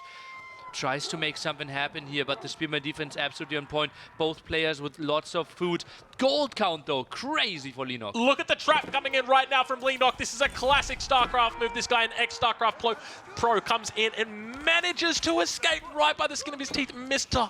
How does he do it? Oh, that was like Greek wrestling, where they oil themselves up, the full body, and he slips through with those knights, but runs into the next army. Yeah, Lance Connects now. Going to get a great connection here. Manages to get a couple swings off, taking out at least a lot of health on those bad boys. Going to get a nice wall down here towards the south, but meanwhile, in the middle of the base, look what's going on, Nilly. Uh-oh, big raid here. Villagers are seeing that, though. I think some more walls could have helped out. Oh, this is a big attack. Farmers need to run. Knights will find some kills, and obviously infantry slower than those knights, finding more kills. Leenock got to be so careful here. He's got his town center, which 20 vills can hide inside, but at the same time, there's so many units in his base. He's really trying to defend on all fronts. Attacks from the west, attacks from the north, now attacks from the east. Those Lance Connects looking so strong, so formidable in their yellow tube socks. Look at Leenock with the wild farms around the Aachen Chapel. Doesn't even have a farm there. It's just so desperate to find proper spots. Can't really expand it in his own base. Beautiful pickup here from Leenock in the middle of the map. Leenock looking incredible, beginning to push ahead when it comes to the military unit count, but still losing a lot of units on the front. The Lance Connects having an absolute field day fighting up against those spears. He takes out a huge amount. Leenock still up by about 12 population at this point. He is really fighting for his tournament life right now. 15 villagers behind. All of a sudden, Mr. has the better economy, although it's 3 against 2 relics. Mr. up on 1,500 food as well. He's thinking about imping at this point, and he's only going to get further ahead, Nilly. Look at the golden, though. Yeah, he gets 1k per minute, but he would need to idle the full minute. No production there, then he's loading some food. And this one could be a counterattack. I'm not sure if Mr. can afford not producing for a full minute. This is looking really good for Leenock right now, what he can do. If he identifies this, he can push his opponent. He's got some great swings towards the front. Mr. down on 14 military population, looking like he might imp here as well. And at the same time, if Leenock drops down that barracks or that blacksmith, gets the siege engineering upgrade, he can really punish his opponent now as he pushes out towards the middle of the map. Mr. might actually use the market, sell some of his food, could go up. Knights are still around. Leenock not really trying to punish this, maybe could neutralize with the top sacred side. I see a red dot moving, so is doing all the right moves, but those knights are still annoying. Yeah, these knights are being very annoying. Leenock wants to, in this position, make sure that he walls up towards that front, close off any potential. Oh, trapped. He trapped himself. Oh, this isn't good. Oh, this isn't good. He's going to lose those knights for free. Lance connects and Spears getting a beautiful breakfast right there, Nilly. I tell you what. That makes me hungry. And you know what smells good? A good breakfast. And you know what also smells really good? Game number 7. I was going to go with Ankerkraut. Okay. No, game 7. The smell is a bit in the air. Because Leenock is on the way to Imperial Age. He's going up, but keep in mind behind this, okay? He is one swing away from a death. You've got to be so careful playing up against the Holy Roman Empire. These Lance Connects, they are incredibly tough. I mean, it's so hard playing against them because if you look away for a second, 4 swings, everyone's dead. That's why you don't look away for a full second. That's a good point. That's a good point. But now going up to Imperial. Is Mr. going up as well? Do we have both players imping at the same time? I don't think Mr. does. Right. This is not good for Mr. Look at the queue for Mr. Mangonel, though. Mangonel's definitely big right here. You can see the queue from Mr. Where's the Mangonel? Down towards the south. He has another one as well. It's a swing and a miss. Disengage. I think he just falls back from here. I think Leenock needs to fall back. He looks to just push in. Oh, big shot over on the Lance Connect. 2 of those guys go down. Look at the yellow tube shop stocks just sticking out of the ground right there. Look at that. It's just the legs. Looks like a poisoned frog falling over there. Oh, gosh. And now managing to loop back around.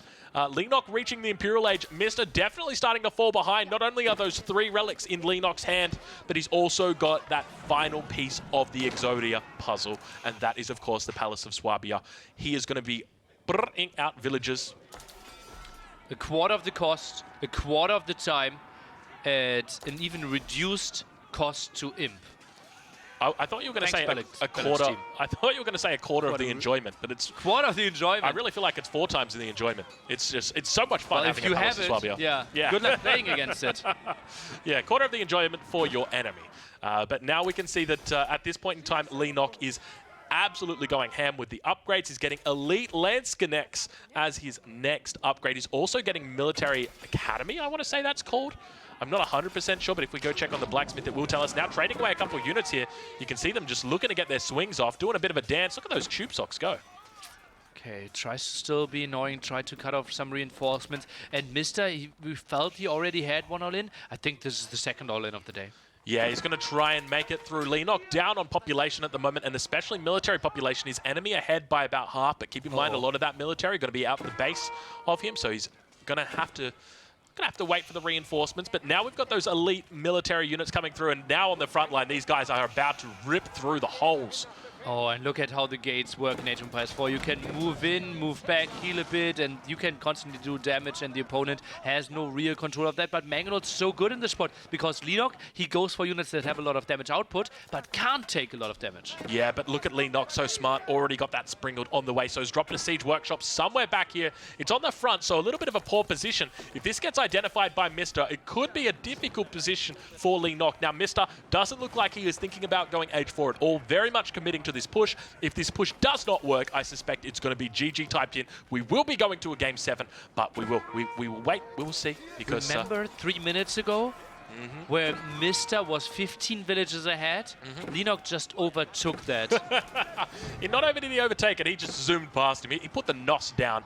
But now it looks like we've got our first Springald out. Got to be careful here. This Springald needs to get healed up. Villagers are close by that. You can see the Springald. Pulling villagers. Oh, he gets double Mangonel.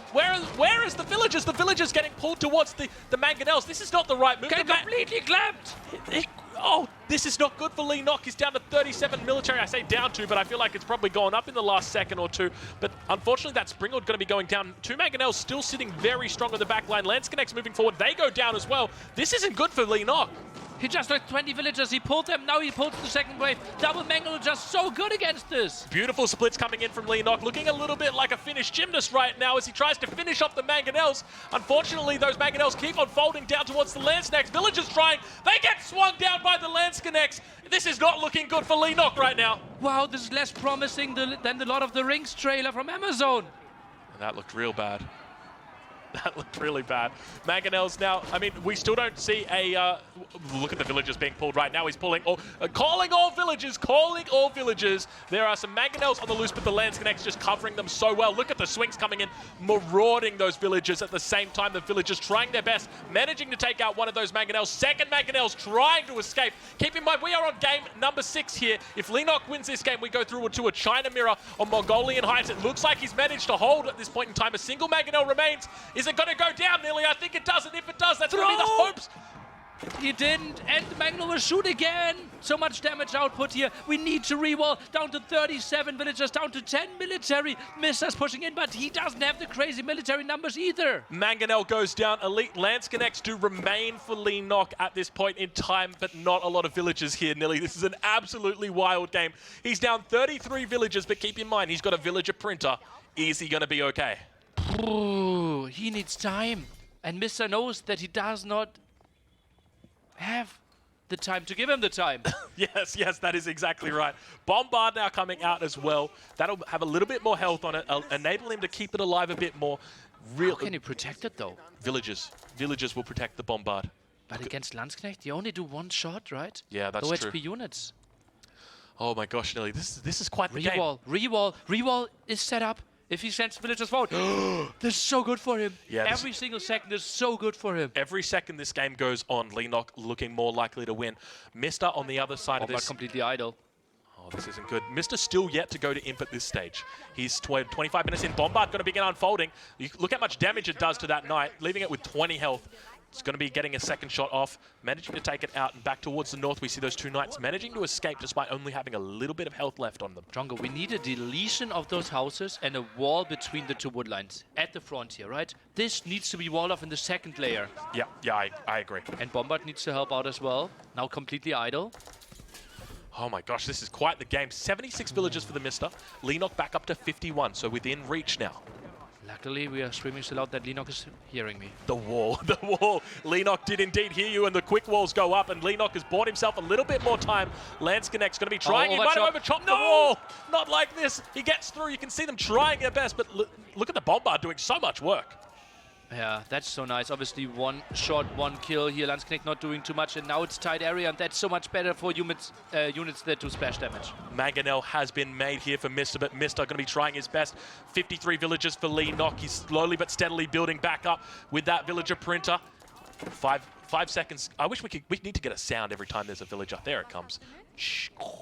Nice. Oh, Mister, the esports scratch. It's never good when there's an esports scratch. No, look at the production. Tricky. No production, no military production from either player. Are we resetting? Drongo, are we going into a stabilized late game? Mister coming through with the 26-minute wheelbarrow. This is a classic build order from him. Oh, God. Yes, I think we are definitely stabilizing. Mister probably thinking a little bit more about, well, hold on a minute. I think Mister needed 3 sacred sites behind this. He had the prelates. Imagine if he had 3 sacred sites behind this. Oh, it would have been so big. Okay, now the attack there at the top. I think he will break through. Oh, University. Oh, I like this. So going to be looking to get elite army tactics here. Mister. Oh, Leenock, what is that? Mister. Oh, he's adjusting. He's just... Oh, gosh, he looks like he was going to type in something there. Probably not something to do with the map script. Maybe something, yeah. Maybe he opened a notepad. I think that was to tell Mr. Leenock after the game. My gold mine was a little bit too far away. Something like that. But... But now we see a Mangonel coming out from Mr. Elite Army Tactics. Wait, Culverin? We had a Culverin. Oh, You can see it at the top as well. Obviously, the designed unit to kill siege of your opponent. Elite Army Tactics, plus 20% more HP. Yeah, wow, this is looking big. And now we head into the perspective of Leenock.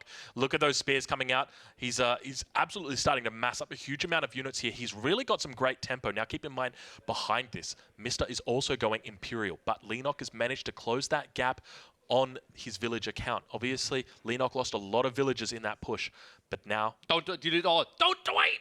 Build a gate! Dun, dun, dun, dun, dun, dun, dun, dun, dun, dun, dun, dun, dun, dun, dun, dun. Okay, he doesn't know. He doesn't know. But now Mr. on the other side of the map here, just going to be sitting patiently waiting. Doesn't have those same upgrades through. Still yet to get that elite upgrade. He knows. So right now, Leenock knows that Mr.'s age 4, and it's going to take time for those elite upgrades to come through. You can see him hovering over elite lance connects, but it just takes time. It just takes time. That's the thing that he doesn't have. There's a window right now for Leenock to push. We head back into the viewing screen, and you can see those lance connects coming out, looking for blood. But also, we have the knights at the top looking for blood. We have some spearmen being sent in there, I would assume. And oh, look at that. That's so good. Let's take a look at the raid at the top. Yeah, army pushes that away. Gosh, that is a lot of units now coming out. Look at the population, Drongo. It's basically even. We are even Stevens right now. A few more villages for Mr., a few more military for Leenock. Keep in mind, by the time Leenock pushes over to the side of Mr.'s map, Mr.'s going to have made more military, and the military that Leenock's making still on its way, still being rallied. 3 Mangonels. Look at the positioning of these Mangonels as well. Stealth Forest is the name of the game. Crazy split as well. Look at that. Obviously, 20% more HP really helps out. Culverin could do lots of stuff. I would love to see some towers, maybe some scouts actually being added in. Yeah, scouts would be really good in this position. Enable you to sort of maneuver around your enemy. Very cheap, affordable units, and still do a lot of siege. Landsknecht now getting some control here. Bombard is being spotted. Still no real sacred side control. Also, the next question is, we have seen Mr. being forced to mine so much more gold. Where is he mining gold? Is he being pushed down already? Yeah, it looks like he was pushing down towards the south, but obviously still got that gold mine in the middle of his base. So Does it really? You start with 12k gold, and we have been seeing lots and lots of army. That is true. That's true. And you can see he's on 1,200 gold a minute right now, so he's going to be mining it somewhere. But now it looks like a little bit of a slow, methodical play here coming out from Leenock. And I thought this game was over probably about 17 times before. Yeah. Now it feels like it is the furthest it's been from over in a long time. Both players just hanging out. Stabilizing. Yeah. Stone walls now. Oh, Drongo, this could be a long one. Yeah, I'm smelling it. Wait. Smelling game 7? Smelling a long game? I'm smelling some chili flocken. Anchor Kraut. Make sure you check them out. They're underneath the stream. You minimize it. They're right down there. Doing up some great stuff in the kitchen. But speaking of great stuff, look at these bombards as they continue to move out. Elite Men-at-Arms coming out. Are these Elite Men-at-Arms? We'll just double check quickly. I don't know if he's got the Elite upgrade. You can count the dots at the top. Right? If it's 4 dots, delete. I'm more of a visual learner. I prefer to read things. Visual? Like, are dots not visual? No, not for me. How are dots not visual? Well, they're braille. It's more of a touch thing. Okay. Beautiful squeeze coming through right there. Classic horseman sandwich. It's a German specialty. Yummy. But I mean, down towards the south. Oh, you don't want to run in there. I have no idea about the Mangonels. That's so weird. But also the counterattack. Let's go to the middle. I want to see those Mangonels. Those Mangonels looking to unfold. So much damage coming out. Manages to actually seal the deal on a couple of those. But at the same time, on the back line, it looks like that Bombard going to get shredded. All of those units. We've got raids all over the map right now. Mangonels at the top. Also dealing quite some damage. Men-at-Arms need to be pushing forward right now. You can see the splits coming in from Mr. I've talked a bit earlier about how he looked like a gymnast, but now it's just getting ridiculous. Holy moly, look at that one. Leenock popped 200, Mr. drops to 120, and the raids are in there as well. Leenock is typing the GG because Mr. is giving up. We are going to game 7. We're going to game number 7, a Chinese mirror on Mongolian Heights. You called it earlier, Nilla. You said either this finishes 4-1 with Mr. winning or 4-3 with Leenock winning. And it's not looking pretty right now for Mr. He's going to need to lift so hard. Holy, what a crazy game. The fight for the relics there. And you have to question how the double stable approach. It felt like that counterattack that killed 3 villagers on the gold, but not protecting the relics, was basically where it shifted into Leenock's favor. And after that was still madness, but that was the advantage that Mr. maybe could have prevented. There was one relic in the middle that Leenock secured immediately upon age up. We witnessed that. Had those horsemen been sitting in the middle, they kill that before it even touches the relic. And Mr. gets 3 relics. Mr. never has to push. Mr. safely gets up to Imperial, and he lives a happy life being 4-2 with his wife, his children, his farm, his dogs, his tractor with brand new wheels, because he would have won that game and we wouldn't even be thinking about game number 7. And you know the old Greek saying, happy tractor, happy life. That is indeed the old Greek saying. It is as old as they come. I think that was Homer. Aristoteles. Oh, Aristotle. Yeah, I thought it was Homer, but we never really know. But players now just taking a quick little break, heading Homer into from The Simpsons? Yeah, he's a very accomplished philosopher as well. Okay. Yes, came up with such. I'm trying to think of a good Homer quote right now, but it's impossible. There's just so many good ones. 5 minutes? Ladies and gentlemen, we have a short 5-minute break at the moment. Players are currently speaking. What admin approved those 5 minutes? Okay, so essentially, let me break it down for you, Nilly. Players are now fighting for their lives. Okay. It is 3-3 in a best of 7. Yeah. Both players have access to only one civilization, the Chinese. Yeah. Chinese typically considered by many to be a very good civilization for Leenock. For Leenock, that's the caveat. Mr. has played a total of 6 Chinese games in his life. 2 minutes. 2 minutes. So, what's going to happen in those 2 minutes? so essentially, I can explain. So essentially, in these 2 minutes, No. It's just like normally if players ask me for 5 minutes, I say no, and then they say okay 2 minutes, And you and say I yes? say yes to 2 minutes. It's always 5. okay. Well, he's going to need a lot more than 5 minutes to learn how to play Chinese. Well, maybe watch a good guide on your YouTube channel. We've got a lot of great guides. Yeah, make sure you check Nice. them out. Aussie Drongo. What's your favorite YouTube feature, like Chinese featured video on your channel? Oh, that's a great question. It's got to be the game that I played where I went mass siege. I made only. Okay, a Chinese game. Yes, I went. It was against Leenock actually. It was in the spring. Wait. You played against Leenock. Yep. Black Made Forest. lots of siege, Yep. I made. and that made it onto your YouTube. Let me explain. The year was 2021. Springalds were taking over all the ladder, and Leenock was a young, up-and-coming Korean Chinese main. I was a well-established Australian Chinese main, and I knew that if I just went fast Imperial for bombards, there was nothing he could do. What? Tell me more. I made bombards, and I And? killed his Springalds. And? And he typed in the chat, Springald no OP, question mark, and that was it. And you won against Leenock. Correct. And surprisingly, that made it onto your YouTube. Unsurprisingly. Unsurprisingly. That's that's up there with the 2 Viper games that I beat him in. What? You beat Viper twice? Oh yeah, where is he? Come on, get him out here. It was early days. Early days, I'd like been 8 a.m. I studied while Viper was like out at the nightclubs, I was studying the sword. Ooh. Okay. Chinese, by the way. I was playing Chinese. Also. He was playing Rus. Yeah, that was the first game. Damn. Yeah. I got a lot of games. Okay. Just not very good. Well, we will see that on Sunday because we will have a show match.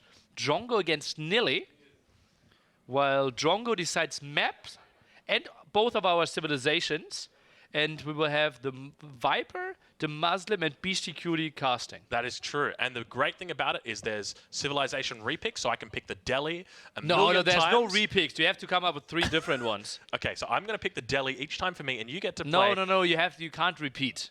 Do I have any hippos in the chat right now? Tell me, what civilization does Nilly not play? I need to know. I play all of them. Do you play Rus? Obviously. Do you play the Chinese? Obviously. Do you play the Spanish? Not in AoE 4. Okay. I'm trying to get the civilizations out of you, Nilly. Do you play the Portuguese? I actually like Portuguese in AoE 2, yeah. All right, there you guys have it. Portuguese confirmed. All right, well, I'll be on the hunt. Spanish reveal. Don't play Aztecs, someone says. Nilly doesn't play the Zerg. But true. speaking of Zerg, ladies and gentlemen, your favorite Korean Zerg heads into game number 7 up against TheMista, your favorite Greek farmer. Your favorite Greek farmer, Yes. indeed. Legend. Name another Greek farmer that is better than this one. Without mentioning the great philosophers. Timos Famoros. Ah, yes, one of the greatest of all time. Look at that villager. This, ladies and gentlemen, fellas, NBs, everybody out there, welcome to game number 7 of your quarterfinals. I want to say quarterfinals. Quarterfinals, indeed. Best of 7. Game number 7, a Chinese mirror on And Mongolian Villager heights. being sent forward quite early by Mr. Early scouting here by both players. As you can see, Mr. Where is he dropping his dog? Seems like very much in the center next to that crossing. Now, players probably going to be looking to take one side each of the crossing. I expect we'll have walls coming down. You have one wall for Leenock at the top, one wall for Mr. at the south. It looks like Leenock. Oh, gosh, Leenock. You are picking the wrong side of the river right there, my friend. This game is, I'm just going to say it now. You thought that last game was bad? This game is about to go crazy. Also, just imagine how much there's on the line, right? Yeah. 7.5k if you're out here. If you just make it to the semifinal, 12.5k, and it's shot for the 30k. So your value is ridiculous in a single best-of-1 mirror matchup that they're playing now. This is wild. And, you know, coming into this, okay, Mr. doesn't have a lot of experience in the Chinese, Leenock a huge amount. But how many times do you think Leenock has played a Chinese mirror on Mongolian heights? Well, more often than Mr. Probably, yeah, probably. You know what, he does have like 2,000 games, so I'm sure there's at least 1 or 2 in there. But opening up Mr. with a single scout, both players actually opening up with the single scouts. Really looking to focus on just that food in the center of the map. But Mr. off to a flying start already. Got that dock up a little bit quicker than his opponent. Okay, so we're starting to fish now. The big question is, do we put Barbicans there in the center? Do we try to push the opponent away from that? And then the question is, what's the follow-up? Because if you block the fish off, do you build a second dock? Do you have to go for land? Is there a chance to even wall the other crossings? You've heard the 2008 classic Rack City. Well, you're about to get taken to Barbican City because that is all you're going to be witnessing in the center of this map. There's going to be Barbicans probably on each player's respective dock. I wouldn't be surprised to see 7 or 8 villagers brought out for that because they're going to be fighting over this water. It's imperative that they maintain control over this position. It's just like, the problem is, I can't properly cast Game 7s because I'm getting so nervous for the players. This is just so intense. I am just sweating with them. I think I need 2 fans as well, simply to cool my nerves, cool myself down. It's just crazy on how much pressure those 2 have to be. It's times like these we need Logan. Just some small padding. Just a small little pat, and that's all I need, and I'm good. But, IO, by the way, from Leenock. Yeah, so we don't see from Mr. Oh, now followed up as well. Okay. Yeah, a little bit of delay. Maybe Mr. underselling his Chinese prowess. Looks like we've got Mr. 1 villager on the gold here. Not something that you always see from players, but we'll take a look. Leenock still not yet to add villagers onto that gold. Going to be sticking with the IO.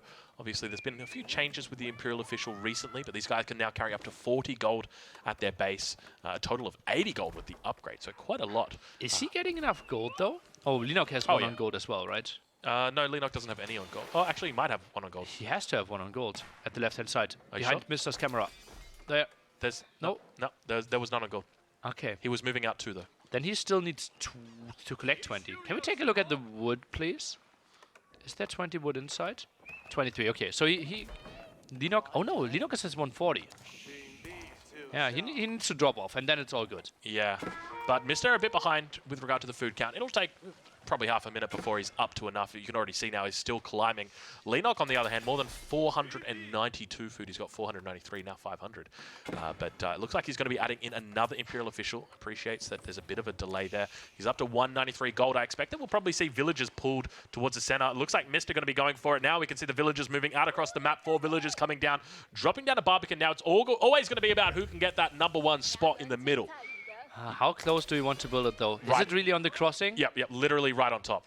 But then both Barbicans are shooting each other. Oh, I don't know about that. I feel like that's a bit of a misplay right there coming out from... You would have liked it more next to the crossing? I love it in the crossing. Okay. I'm a big crossing kind of guy. Looks like players just going to be going for their respective stare defensive. down. Yeah, the old stare down. No crossings here. Just going to be, looking at Barbican and up. Now, the question is, where do we go from here? Is there going to be... I suspect there's probably going to be a lot of outposts that we will see. Maybe even a second town center that gets added. Probably just a whole lot of outposts. I think we need to see extra docks first, right? Because right now, you can't use your starting dock anymore. Yeah. So we need to expand there because that fish is just crazy efficient if you actually get a second spot and if you can get it working again. Leenock up to the next age. Beastyqt now begins to fire down upon the fishing ships, and it looks like Mr. going to have to evacuate the dance floor. Well, I say dance floor, but it looks like it's a dance floor in Australia right now because they are absolutely flooded. Are they? Oh, yeah, it's terrible. Not the dance floors, but, I mean, well, probably the dance floors as well, but everything is flooded. I imagine you being a wonderful dancer. Oh, I'm an impressive... No, you know what? I am a terrible dancer. You don't want to see it. Okay. Let's just stick with that. That way, speaking of dancing, though, Fishing Boat having a bit of a extra dog. struggle right there.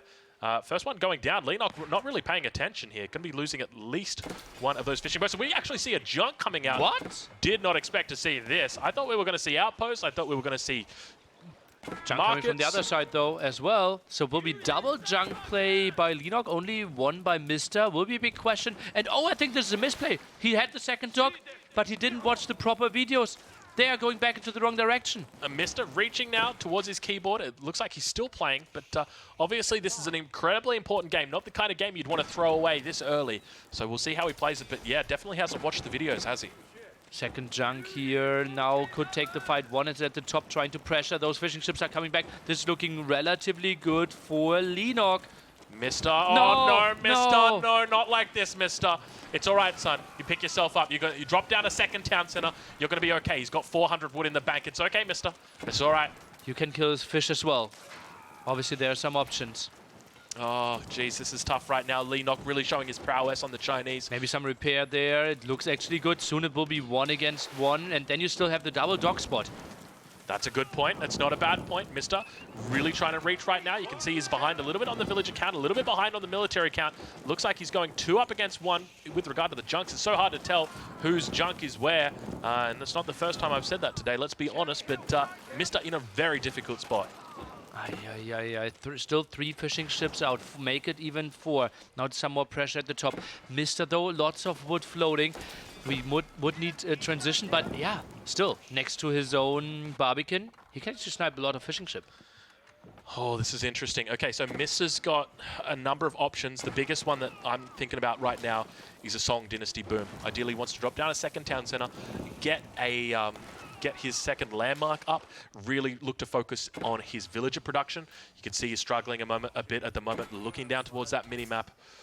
Oh, Actually, geez. I think on water, it's pretty even, and that's not really concerning. The major factor is that we have 1 Imperial official by Mr. against 4 Imperial officials by Leenock. Yeah, Imperial officials are incredibly strong.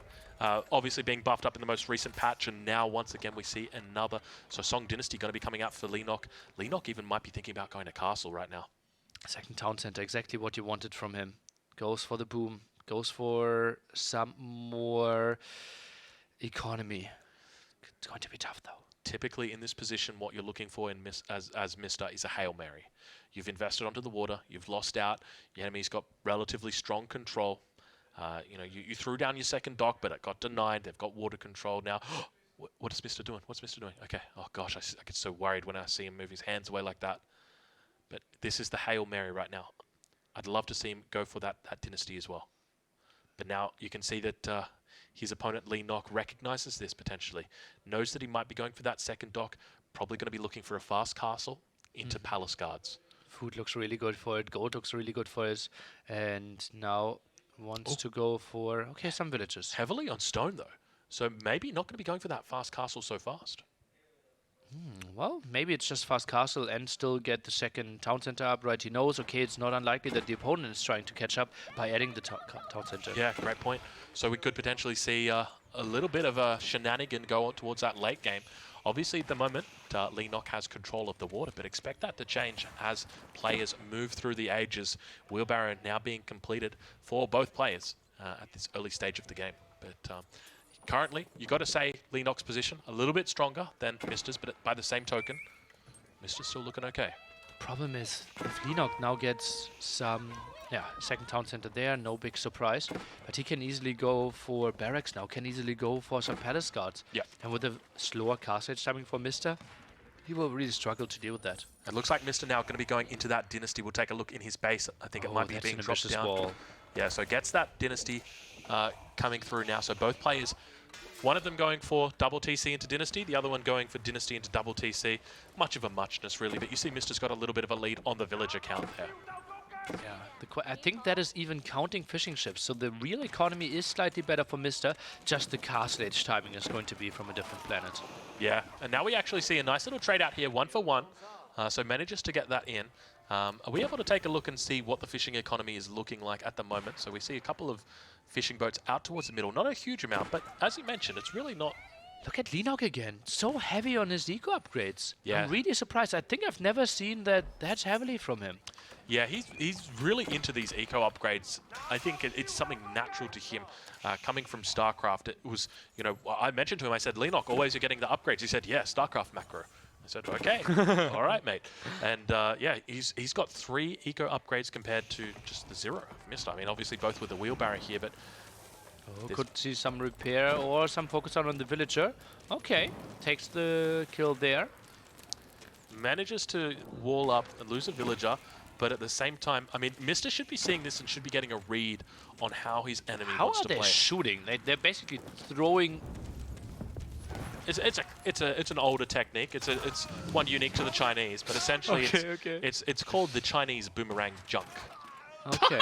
Did you see that? After such a long battle, he just moves up the river and falls upon his sword, or upon his arrow, I guess. Double village now, and we advance to the castle edge. Interesting positioning there by the clock tower. Very far back, doesn't want to lose it. Yeah, wants to keep it nice and safe at the back. Obviously knows that there could be a push coming in from Mista at any moment or in the future, and needs to keep it alive because that is going to be his primary source of siege. And now we see those barracks being dropped down. Palace guards are going to be coming through here for Leenock. So I suspect we're going to be seeing the classic Palace guard, Nest of B with an occasional sprinkled push coming through. Let's see, double barracks for now. By the way, we just saw boomerang arrows, right? Yep. You know how in Germany we call boomerang that is not coming back? Stick.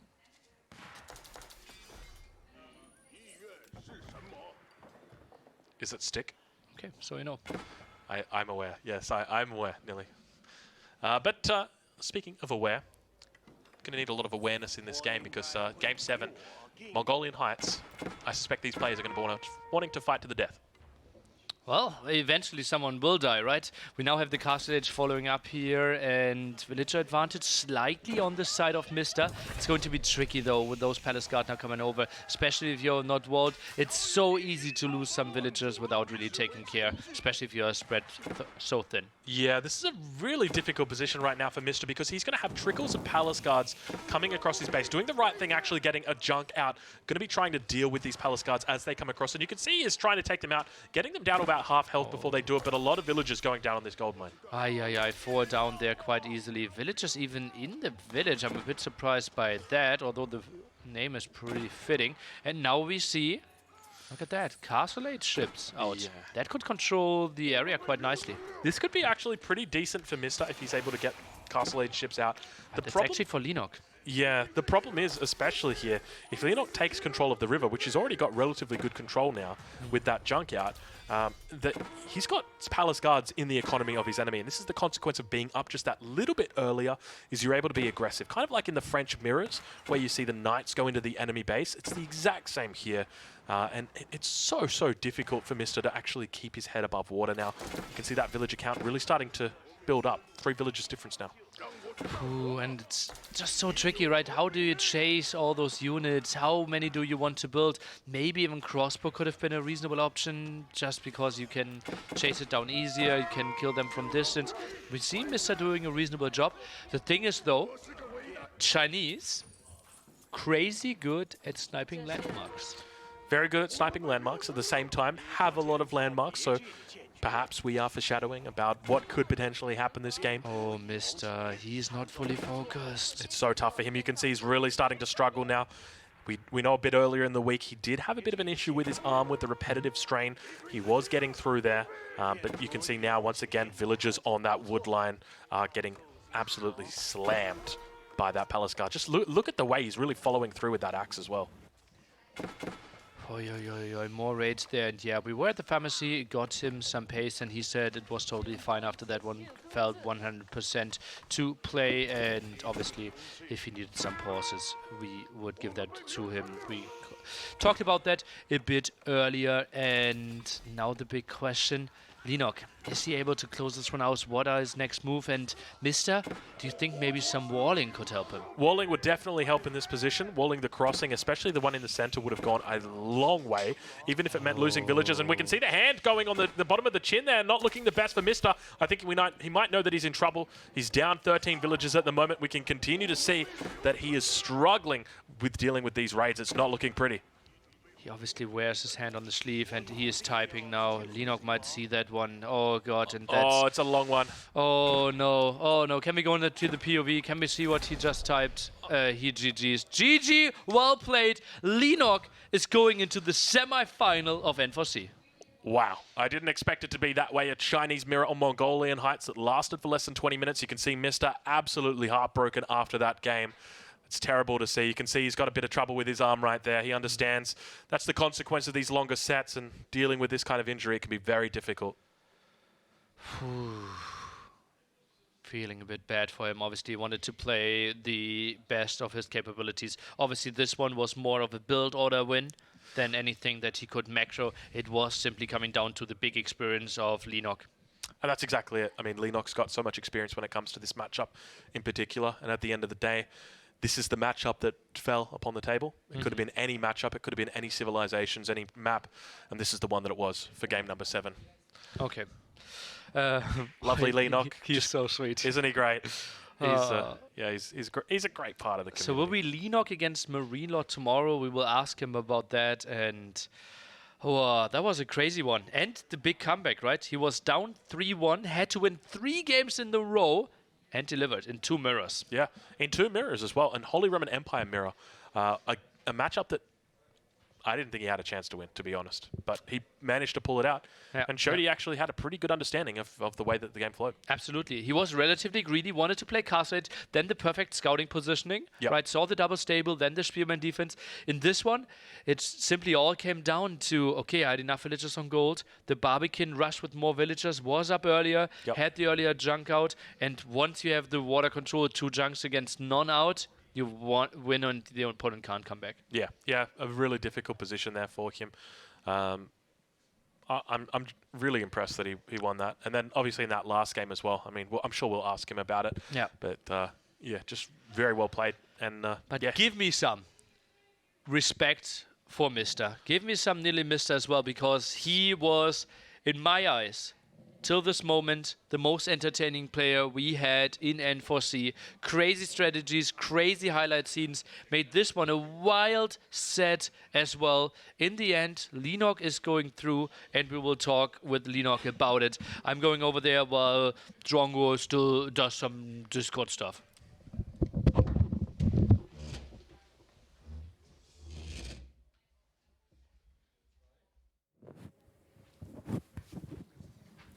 Leenock Beast.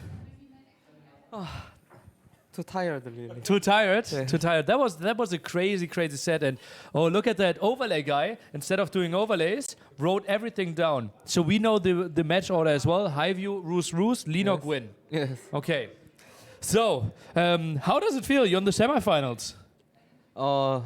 Just very good, and I guess 4-3. Oh. Me or Mista, we also with the guess. Yeah. Maybe, but and today is a bit real, so very nervous last game really. So, and very nervous, but I win, so really happy. Nice. in that last game, it was a Chinese mirror. How confident were you feeling about that? Obviously, you play a lot of Chinese. Were you happy with that on Mongolian heights? Yes, if just normally China versus China, I always have confidence, but this is last matchup, so it's a mirror match is good or not, I'm really not sure. But good thing is, I really worry about China, him Holy Roman. So really many thinking draft. I go here and there, Roma, Holy Roman or China, and many picks, and just it's luck for me. Yeah. How did it go with the Holy Roman Empire? You had 3 relics. Yes. He had 2 relics. Yes, right. But then you're all in and killed lots and lots of your villagers. How did it feel? I feel just it's real. It's possible. Just like I never thinking about it work because too man gonna kill too many my units. Fucking man gonna I always it's fucking impossible. As I said so, but he too late to Swabia, so I think if I have a chance, and slowly do so I can get this match. Well, it was very well played. There were a couple of times in that game that we got very worried. You were making a lot of the units Lanch Connect. Do you know the unit? Yeah. Do you think it's a very strong unit in this matchup? Yes, Holy Roman versus Holy Roman, too many like Spearman, Man at Arms, Lance Connect fighting. In that fight, too strong Lance Connect is. So yeah, I make it. I think so. Landsknecht obviously dominating that matchup. And you will play MarineLorD tomorrow. Yes. Best of 7. Who will win? I win. Oh! Okay, what's the score? 4-2. 4-2. Wow. So you think Mista is better than MarineLorD?